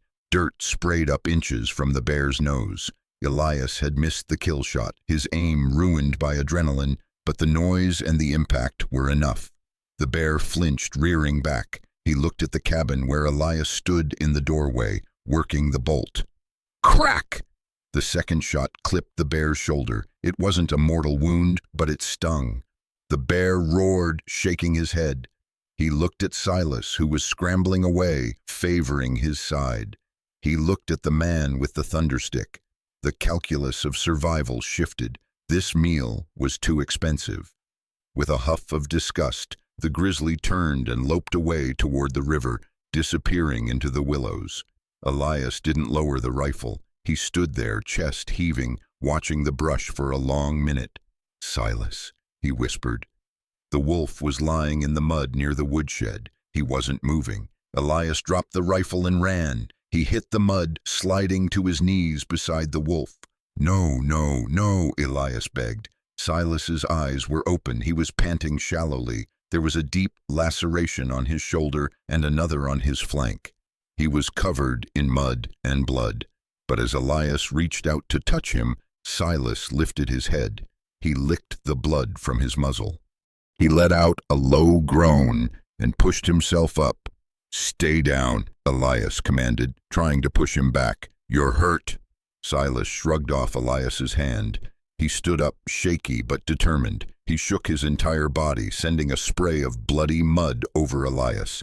Then he looked at the tree line where the bear had gone and let out a sharp, warning bark. "Don't come back." He turned to Elias. His eyes were clear. There was pain, yes, but there was no fear. There was a hardness there that hadn't been there before. He wasn't a victim. He was a warrior who had just defended his pack member against a titan. Elias sat back on his heels, staring at the wolf. He realized then, with a pang of sorrow so sharp it almost doubled him over, that the dynamic had shifted forever. Silas wasn't just a companion he had saved from the snow. Silas was a wild creature who had just risked his life to save Elias. The debt was paid. The scales were balanced. "Come on," Elias said softly, his voice thick with emotion. "Let's get you cleaned up." They walked back to the cabin, but they didn't touch. Silas walked a few feet ahead, limping slightly, his head high. Inside, Elias heated water and got the first aid kit. He expected Silas to fight him, like the first time, but Silas stood still, allowing Elias to clean the gashes and apply antiseptic. He didn't whine, he simply endured it, his muscles tense under Elias's hands. When it was done, Silas didn't curl up on the rug. He went to the door and asked to go out. "You need to rest," Elias argued. Silas scratched at the door again, persistent. Elias opened it. Silas walked out onto the porch and lay down at the top of the stairs, facing the woods. He was keeping watch. He wouldn't relax, not with a bear in the valley. Elias sat in his chair, the rifle across his lap, watching the wolf's silhouette against the twilight. He felt a profound sense of loneliness. Even though Silas was only 10 feet away, he was losing him. He could feel it slipping through his fingers like meltwater. 2 weeks passed. The mud began to dry. Green shoots of grass pushed through the brown mat of the previous year. The willows turned a vibrant, shocking yellow-green. Silas healed quickly.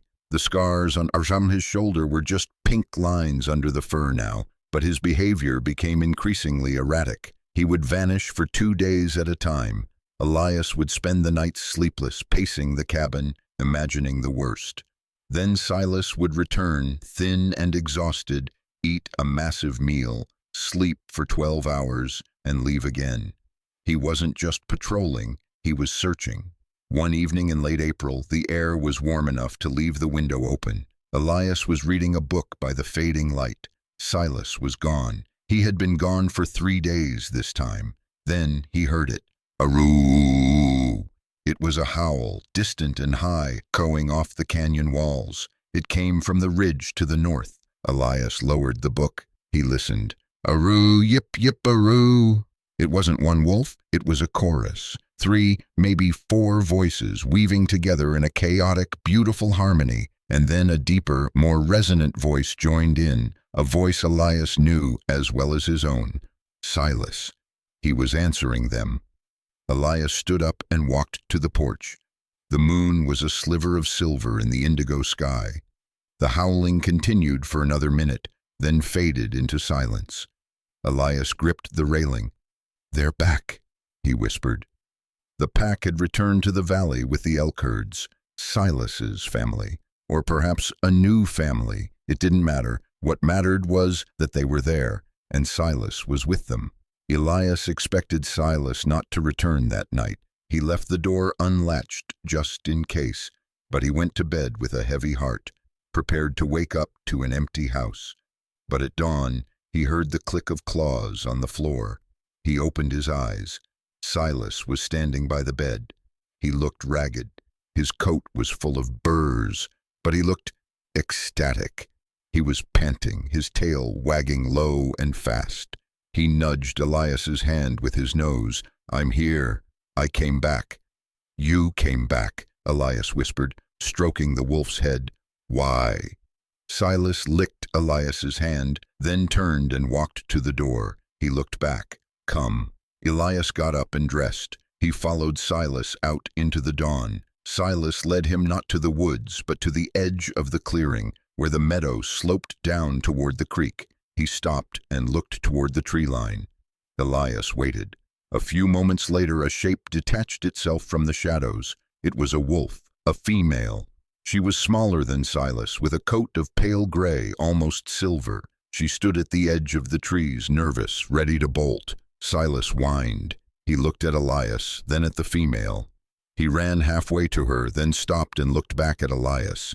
He was introducing them. "I see her, Silas," Elias said softly. "She's beautiful." The female took a hesitant step forward. She sniffed the air, smelling Elias. She didn't trust him, but she trusted Silas. Silas ran back to Elias. He leaned his weight against Elias's legs, nearly knocking the old man over. It was a hug, a goodbye, a plea for understanding. "I have to go, but I don't want to leave you." Elias fell to his knees in the wet grass. He wrapped his arms around Silas's neck, burying his face in the thick ruff. He smelled the pine and the musk and the wild. He let the tears come, hot and unashamed. "It's okay," Elias sobbed. "It's okay, boy. You go with her." Silas whined, licking the tears from Elias's face. "You don't belong here anymore," Elias said, pulling back and looking into those amber eyes. "You belong with her. You need to make pups. You need to run." He stood up. He pointed to the female. "Go on," he commanded, his voice cracking. "Go." Silas hesitated. He looked at the cabin, then at Elias, then at the female. The female let out a soft bark, a summons. Silas took a step toward her, then another. He broke into a trot. He reached the female. They touched noses, their tails wagging. Then, without looking back, they turned and vanished into the trees. Elias stood alone in the meadow. The sun was cresting the mountains, bathing the valley in golden light. The birds were singing. The world was waking up. He felt a hole in his chest the size of a crater, but as he watched the spot where they had disappeared, he also felt a strange, soaring lightness. He had saved a life, and in doing so, he had saved his own. He wasn't just an old man dying in a cabin anymore. He was the man who ran with wolves. He turned and walked back to the cabin. He had a lot to do. He had to fix the shutter. He had to clear the garden patch. He had to live. But the story wasn't over. Nature, Elias knew, rarely dealt in clean breaks. That evening, as Elias sat by the fire, he heard a scratching at the door. He froze. His heart leaped. Silas. He ran to the door and threw it open. The porch was empty, but on the doormat, placed with deliberate care, was the skull of a deer. It was bleached and clean, a gift, a token, and from the ridge, a single howl rose into the night. It was long, mournful, and filled with promise. "I am here. I remember." Elias smiled, tears streaming down his face again. He stepped out onto the porch and cupped his hands around his mouth. And for the first time in his life, Elias threw his head back and howled back. "Aroo!" It was a weak, human sound, but it carried on the wind. The answer came immediately. "Aroo!" They were still a pack, just a pack that lived in different dens. Summer arrived in the Bitterroots not as a gentle awakening, but as a fever. By July, the lush green explosion of spring had baked into a brittle, tawny gold. The heat was a physical weight pressing down on the valley, shimmering in waves off the tin roof of the cabin. The air smelled of resin, dry pine needles, and dust. Elias Thorne moved through this sweltering landscape with a new cadence. He was no longer the shuffling invalid of the winter. He walked with a stick, yes, but his stride was purposeful. His garden, fenced high against deer, was bursting with tomatoes and squash. He spent his mornings weeding, the sun warming his back, a sensation that felt like a benediction after the bone-deep cold of January. But his real work, the work that occupied his heart, happened at dusk. Every evening, Elias would take his binoculars and climb to the rock outcropping behind the cabin, a spot he had christened the Lookout.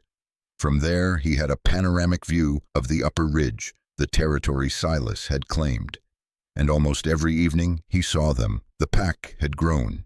It wasn't just Silas and the silver female anymore. In late May, 3 clumsy, tumbling shapes had emerged from the den site near the old rockfall. Pups. 2 were dark like their father, charcoal and shadow. 1 was pale like the mother. Elias watched them with a greedy, grandfatherly pride. He watched Silas, the fierce, limping warrior of the winter, become a patient, beleaguered father. He saw Silas lie on his back while the pups chewed on his ears. He saw him regurgitate meat for them, nudging the runts to eat. He saw the way Silas would stop mid-play and scan the valley below, his gaze often lingering on the cabin. They never came down. The unspoken treaty held. Elias stayed in his world. They stayed in theirs. The howling ritual continued, a nightly phone call across the species barrier. I am here, you are there, we are well. But as August approached, the heat turned predatory. The humidity dropped to single digits. The wind picked up hot and dry, sucking the moisture out of the timber until the trees were nothing but standing matchsticks. The Forest Service raised the fire danger to extreme. Red flags whipped frantically at the ranger stations down the highway. Elias knew the signs. He felt the tension in the air, the static electricity that made the hair on his arms stand up. The valley was holding its breath, waiting for a spark. It came on a Tuesday afternoon, riding the back of a dry thunderstorm. Clouds, dark and bruised, boiled over the peaks. There was no rain in them, only violence. Thunder rattled the windows of the cabin, and then a jagged spear of lightning stabbed the earth on the ridge opposite Elias's cabin, Iron Mountain. Elias stood on his porch, watching. For a moment, nothing happened.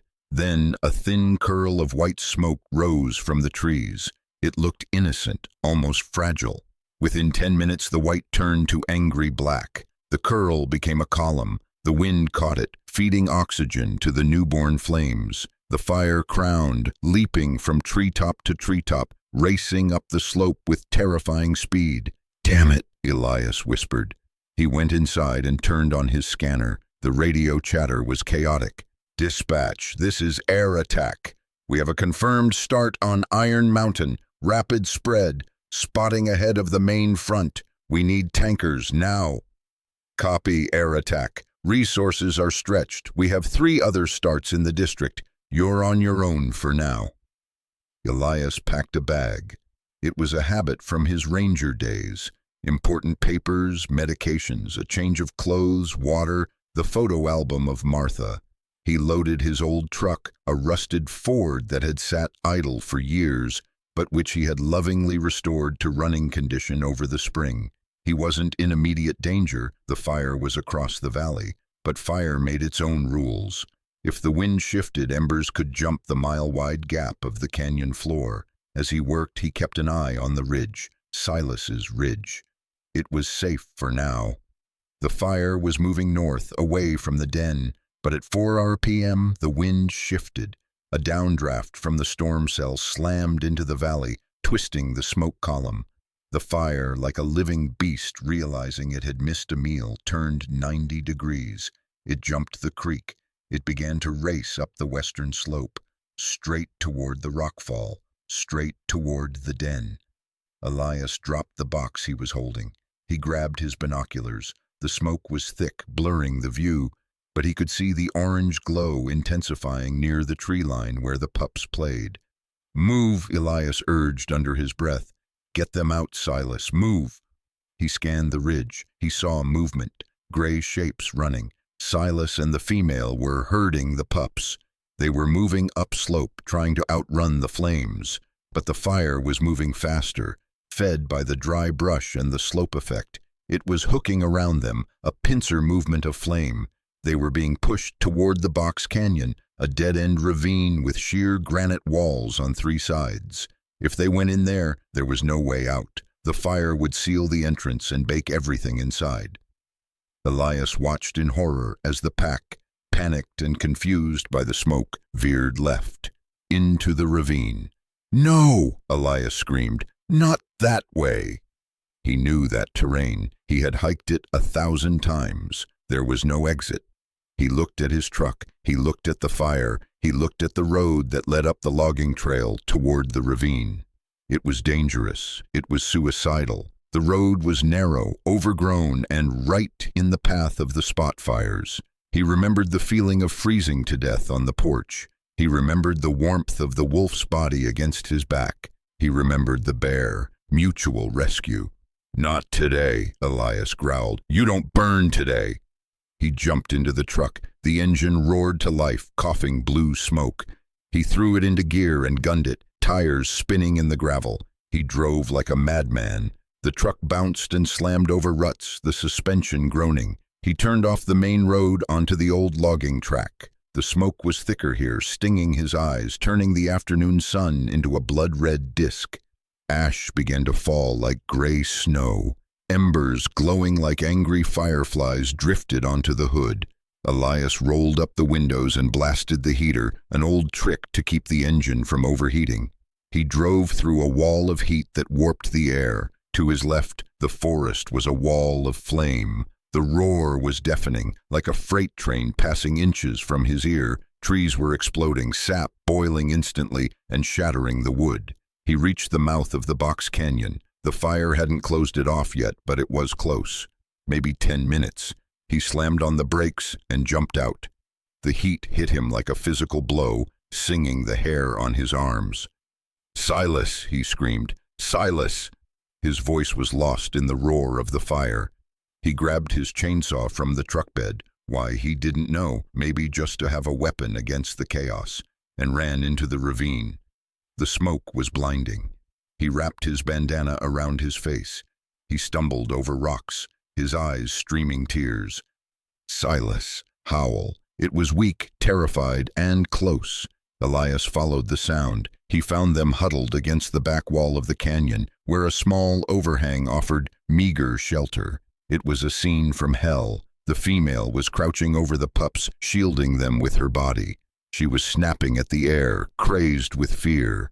Silas stood in front of them, facing the approaching wall of fire. He was barking at the flames, challenging the element itself to a fight. When Elias emerged from the smoke, Silas spun around. He snarled, ready to kill whatever new threat had arrived. Then he saw the man. He smelled the scent of old tobacco and soap beneath the smoke. The snarl died. Silas's ears flattened. He let out a whine that broke Elias's heart. "Help us!" "I've got you," Elias choked out. "I've got you." He ran to them. The female backed away, baring her teeth, but Silas nudged her. He barked sharply. "Trust him." Elias looked at the entrance of the ravine. The fire was closing the door. They couldn't run back to the truck. They wouldn't make it. The heat would kill them before the flames did. But Elias knew a secret. Decades ago, this canyon had been prospected for silver. There was an adit, a horizontal mine shaft, dug into the granite wall. It had been boarded up for 50 years, overgrown with blackberry bushes. "Here!" Elias shouted. He grabbed Silas by the scruff of the neck, not gently, but with urgent force. "This way!" He dragged the wolf toward the dense patch of briars against the cliff. Silas fought him for a second, confused, but Elias didn't let go. "Trust me, damn you!" Elias threw himself into the thorns, ignoring the barbs tearing at his clothes and skin. He found the old wooden boards. They were rotten. He kicked them once, twice. The wood splintered. A blast of cool, stale air rushed out from the darkness. "In!" Elias shouted, pointing into the black hole. Silas hesitated. Wolves hate confined spaces. It goes against every instinct. A hole is a trap, but the fire was 20 yards away now. The heat was blistering. A pine tree near them exploded into flames. Silas grabbed one of the pups in his mouth, the pale one, and bolted into the darkness. The female understood. She grabbed a dark pup and followed. One pup was left. The runt. It was shivering, pressed into the dirt, paralyzed with fear. Elias scooped it up. It was hot, soft, and smelled of singed fur. He held it against his chest. "Come on," he gasped. He dove into the mine shaft just as a wave of superheated air rolled over the entrance. The silence was sudden and shocking. The roar of the fire was muffled instantly by the rock. The air was cool, damp, and smelled of wet stone and dust. Elias clicked on his flashlight. The beam cut through the gloom. The tunnel went back about 50 feet before ending in a collapse. Silas and the female were huddled at the far end. Silas dropped the pup and paced, whining. The female was licking the pups furiously. Elias walked over to them. He sank down against the rock wall, his legs giving out. He placed the runt gently on the ground next to its mother. The female looked at him. Her eyes were wide, dilated, green gold orbs in the darkness. She sniffed the pup, then sniffed Elias's hand. She didn't bite. She licked his knuckles. A single tentative thank you. Silas came over. He pushed his heavy head into Elias's chest, nearly knocking the wind out of him. He let out a long, shuddering sigh. "I know," Elias whispered, burying his face in the wolf's neck. "It's okay. We're safe." They sat there in the dark while the world burned outside. Time lost its meaning. Elias checked his watch, but the hands seemed to move too slowly. He could hear the muffled roar outside, feel the vibration of falling trees through the rock floor. The air in the tunnel grew gradually warmer, sucking in the heat from the entrance, but it remained breathable. Elias shared his water bottle. He poured water into his cupped hand for the pups. They lapped it up greedily, their tiny tongues rough against his skin. He gave water to the female, then Silas. He drank the last mouthful himself. He watched the pups. They were resilient. Within an hour, they were bored. They started wrestling, tumbling over Elias's boots, chewing on his shoelaces. Elias laughed. It was a rusty, jagged sound, but it was real. Here in the belly of the mountain, surrounded by apex predators, he felt a peace he hadn't known in years. "You have a fine family, Silas," he said softly. Silas was lying with his head on his paws, watching the entrance. At Elias's voice, his tail thumped the dirt. Thump, thump. The bond had expanded. It wasn't just man and wolf anymore. It was man and pack. Elias was the honorary uncle, the strange two-legged guardian who appeared when the world turned to fire. Sometime during the night, Elias dozed off, his head resting against the stone wall. He woke up to a weight on his lap. The runt was sleeping there, curled into a ball, and Silas was sleeping with his back pressed against Elias's leg, a solid wall of warmth. Elias didn't move. He sat in the darkness, listening to the breathing of the wolves, and felt a profound sense of purpose. He had spent the winter thinking he was keeping Silas alive. But looking at the pups, he realized Silas had been keeping him alive for this moment. Without Elias, this lineage would have ended tonight in the canyon. The genetic legacy of the wolf who survived the winter would have turned to ash. "We're even," Elias whispered. "We're finally even." Dawn brought a change in the sound outside. The roar was gone, replaced by a crackling hiss. Elias stood up, stiff and sore. He walked to the entrance of the mine. The wooden boards were ash. He stepped out. The valley was gone. In its place was a moonscape of smoking black ruin. The trees were charred skeletons. The ground was gray ash, still hot to the touch. Smoke hung low in the valley, a thick, acrid fog. But the sky above was a brilliant, piercing blue. Elias turned back to the mine. "It's over," he called. Silas emerged first. He blinked in the light, sneezing at the ash. He looked at the devastation. He sniffed the air. The fire had moved on, pushed east by the wind. The female followed, the pups trailing behind her, stepping gingerly on the hot ground. They stood together in the ruin of the canyon. Silas looked at Elias. He looked at the truck, which was miraculously untouched, save for blistered paint on the hood. The fire had jumped over the clearing where he had parked. "You can't stay here," Elias said. "There's no food, no cover." He looked up the logging road. It was blocked by fallen trees. "I have to take you out." He lowered the tailgate of the truck. "Up," he commanded, patting the bed. Silas understood. He jumped up effortlessly. He barked at the female. She hesitated, terrified of the machine. Silas whined, pacing the truck bed. "It's safe. He is safe." Elias picked up the pups one by one and placed them in the truck. The female, seeing her children taken, overcame her fear and scrambled up. Elias closed the tailgate. He took off his flannel shirt and tossed it into the back for the pups to lie on. He got into the driver's seat. He drove slowly. navigating the smoking wasteland. He drove them out of the canyon, down the main road, and across the valley to the river bottom, the only place that hadn't burned. He stopped near the water. The willows here were still green. The air was breathable. He opened the tailgate. The pups tumbled out, running for the water. The female followed, drinking deeply from the river. Silas stayed in the truck for a moment. He looked at Elias. The look was long, intense, and filled with a communication that transcended language. "I will remember this." He jumped down. He went to the female, checked the pups, then turned back to face Elias one last time. He let out a single bark. Then he turned and led his family into the green safety of the riverlands.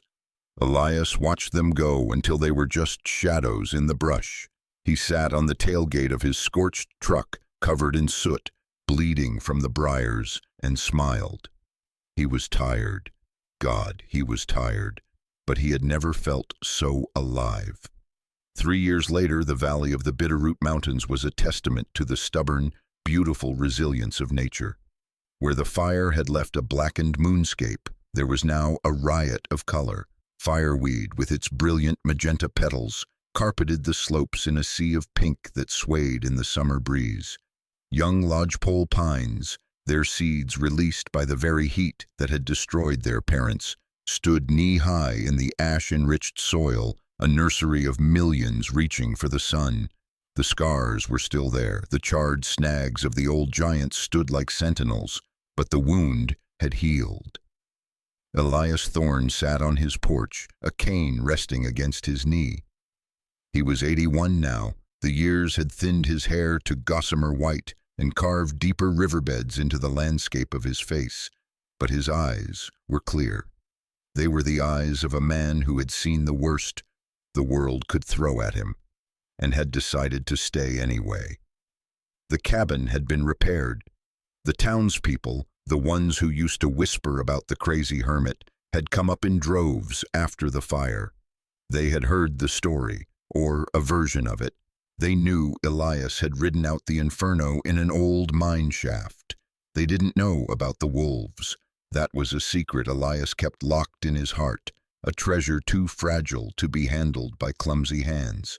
He sipped his coffee, watching the morning mist dissolve off the river. His lungs were surprisingly good, the clean mountain air acting as a balm, but his legs were failing him. The arthritis had claimed his knees, making the journey to the woodshed a slow, deliberate ritual. He didn't mind. He had nowhere to be. His life was here in the observation of the small miracles that unfolded every day. The return of the bluebirds, the blooming of the wild roses, the track of a lynx in the mud by the creek. But it was the winter that he waited for. The seasons turned with their inevitable grinding grace. The fireweed turned to cotton, drifting on the wind. The aspens flared gold, then dropped their leaves. And then the silence returned. The snow began to fall in November, soft and heavy, burying the new growth and the old scars alike under a blanket of pristine white. Elias was ready this time. His woodshed was full, stacked by the young men from the church group in town who came up to check on him. His pantry was stocked. He had a generator now, a noisy thing he rarely used, preferring the silence. It was on the winter solstice, the longest night of the year, that the feeling came to him. It wasn't a premonition of death exactly. It was more a sense of completion, a feeling that the circle was closing. He felt a strange magnetic pull toward the window, toward the dark, frozen world outside. He sat by the fire, which roared in the hearth, casting the same dancing shadows it had 3 years ago. He was thinking of Martha. For the first time in years, her memory didn't bring pain. It brought a warm, comfortable presence, as if she were sitting in the other chair, knitting. Scritch. The sound was faint, barely audible over the crackle of the logs. Elias froze. His hand trembled as he set his mug down. He hadn't heard that sound in 3 years. He waited, holding his breath. Scritch, scritch, thud, a body leaning against the door. Elias grabbed his cane. He pushed himself up, his heart hammering a rhythm that defied his age. He shuffled to the door, his movements urgent, clumsy with hope. He threw the latch and pulled the door open. The cold air rushed in, carrying the scent of ice and pine, and there, sitting on the doormat, shaking the snow from his coat, was Silas. He was old. His muzzle was entirely gray now. The fur around his eyes was white. He moved with a stiffness that mirrored Elias's own. He was a patriarch, a warrior who had survived 1,000 battles, but his eyes, those piercing, intelligent amber eyes, were unchanged. They looked up at Elias with a mixture of affection and demand. "You came back," Elias whispered, his voice cracking. "You old devil, you came back." Silas let out a soft woof and stood up. He didn't try to come in. The cabin was the man's den. The wild was his. He turned and looked toward the clearing. Elias stepped out onto the porch, ignoring the cold that bit through his flannel shirt. Standing in the snow, arranged in a semicircle like an honor guard, was the pack. There were 8 of them. The silver female was there, looking frail but regal, and the pups Elias had carried in his arms, were fully grown now. They were magnificent, sleek and powerful, their coats thick and glossy. And behind them, peering curiously from the legs of the adults, were grand pups, gangly, awkward yearlings with big paws and floppy ears. It was a dynasty, a legacy of survival that had started with a single bone thrown on a porch. Silas walked down the steps and joined them. He stood at the front, the undisputed alpha, the bridge between the worlds. He looked at Elias, then threw his head back. "Aroo!" The sound rose into the night, clear and mournful and triumphant. It wasn't a cry of hunger. It wasn't a warning. It was a song of history, a song of the fire and the snow and the cave. One by one, the others joined in. The silver female with her high, whimpering tenor, the dark sons with their deep, resonant basses, the yipping sopranos of the yearlings, the valley filled with the music of the wolves. It echoed off the canyon walls, a cathedral of sound that vibrated in Elias's very bones. Elias stood there, gripping the porch railing, tears streaming down his face and freezing on his cheeks. He wasn't cold. He felt a warmth spreading through his chest, a radiant heat that had nothing to do with the fire inside. He realized then that he had never been alone. Even in the silence of the empty cabin, even in the dark nights of his grief, he had been part of this. He was the keeper of their story. He was the pack member who watched over the valley. The howling faded, drifting away like smoke. Silas stepped forward again. He walked up the stairs, his claws clicking on the wood. He came right up to Elias. Elias sank to his knees, disregarding the pain in his joints. He opened his arms. Silas stepped into the embrace. He pressed his heavy head against Elias's shoulder. Elias buried his face in the rough, cold fur. He smelled the winter. He smelled the wind. He smelled the life that he had helped save, and that had saved him in return. "Thank you," Elias whispered into the fur. "Thank you for the time." Silas licked Elias's ear, a rough, affectionate rasp. Then gently he pulled away. He looked at Elias one last time, a look that said, "We are okay. You are okay. Rest now." He turned and walked down the stairs. He didn't look back. He trotted into the snow, his tail high. The pack turned with him, a fluid gray river flowing back into the forest. Elias watched them until the last tail vanished into the shadows of the pines. He stayed on the porch for a long time, watching the empty clearing. The snow began to fall harder, filling the tracks, erasing the evidence of their visit. But the evidence was etched into his soul. He pulled himself up and went back inside. He closed the door and latched it. He added a log to the fire. He sat in his armchair and picked up his photo album. He opened it to a picture of Martha, young and laughing in the summer sun. "You wouldn't believe it, Marty," he said to the photo. "The family came to visit." Elias Thorne lived for another 2 years. He died peacefully in his sleep one spring morning, just as the sun was touching the peaks of the Bitterroots. When the townspeople found him days later, he was sitting in his chair by the window, a book open on his lap. There was a smile on his face. And on the floor, right next to his hand, was a single perfect gray wolf hair, caught in the rough wood of the floorboards. They buried him next to Martha in the small cemetery down in the valley. It was a nice service. The pastor spoke about Elias's resilience, his solitude, his love for the mountains, but the real service happened later that night.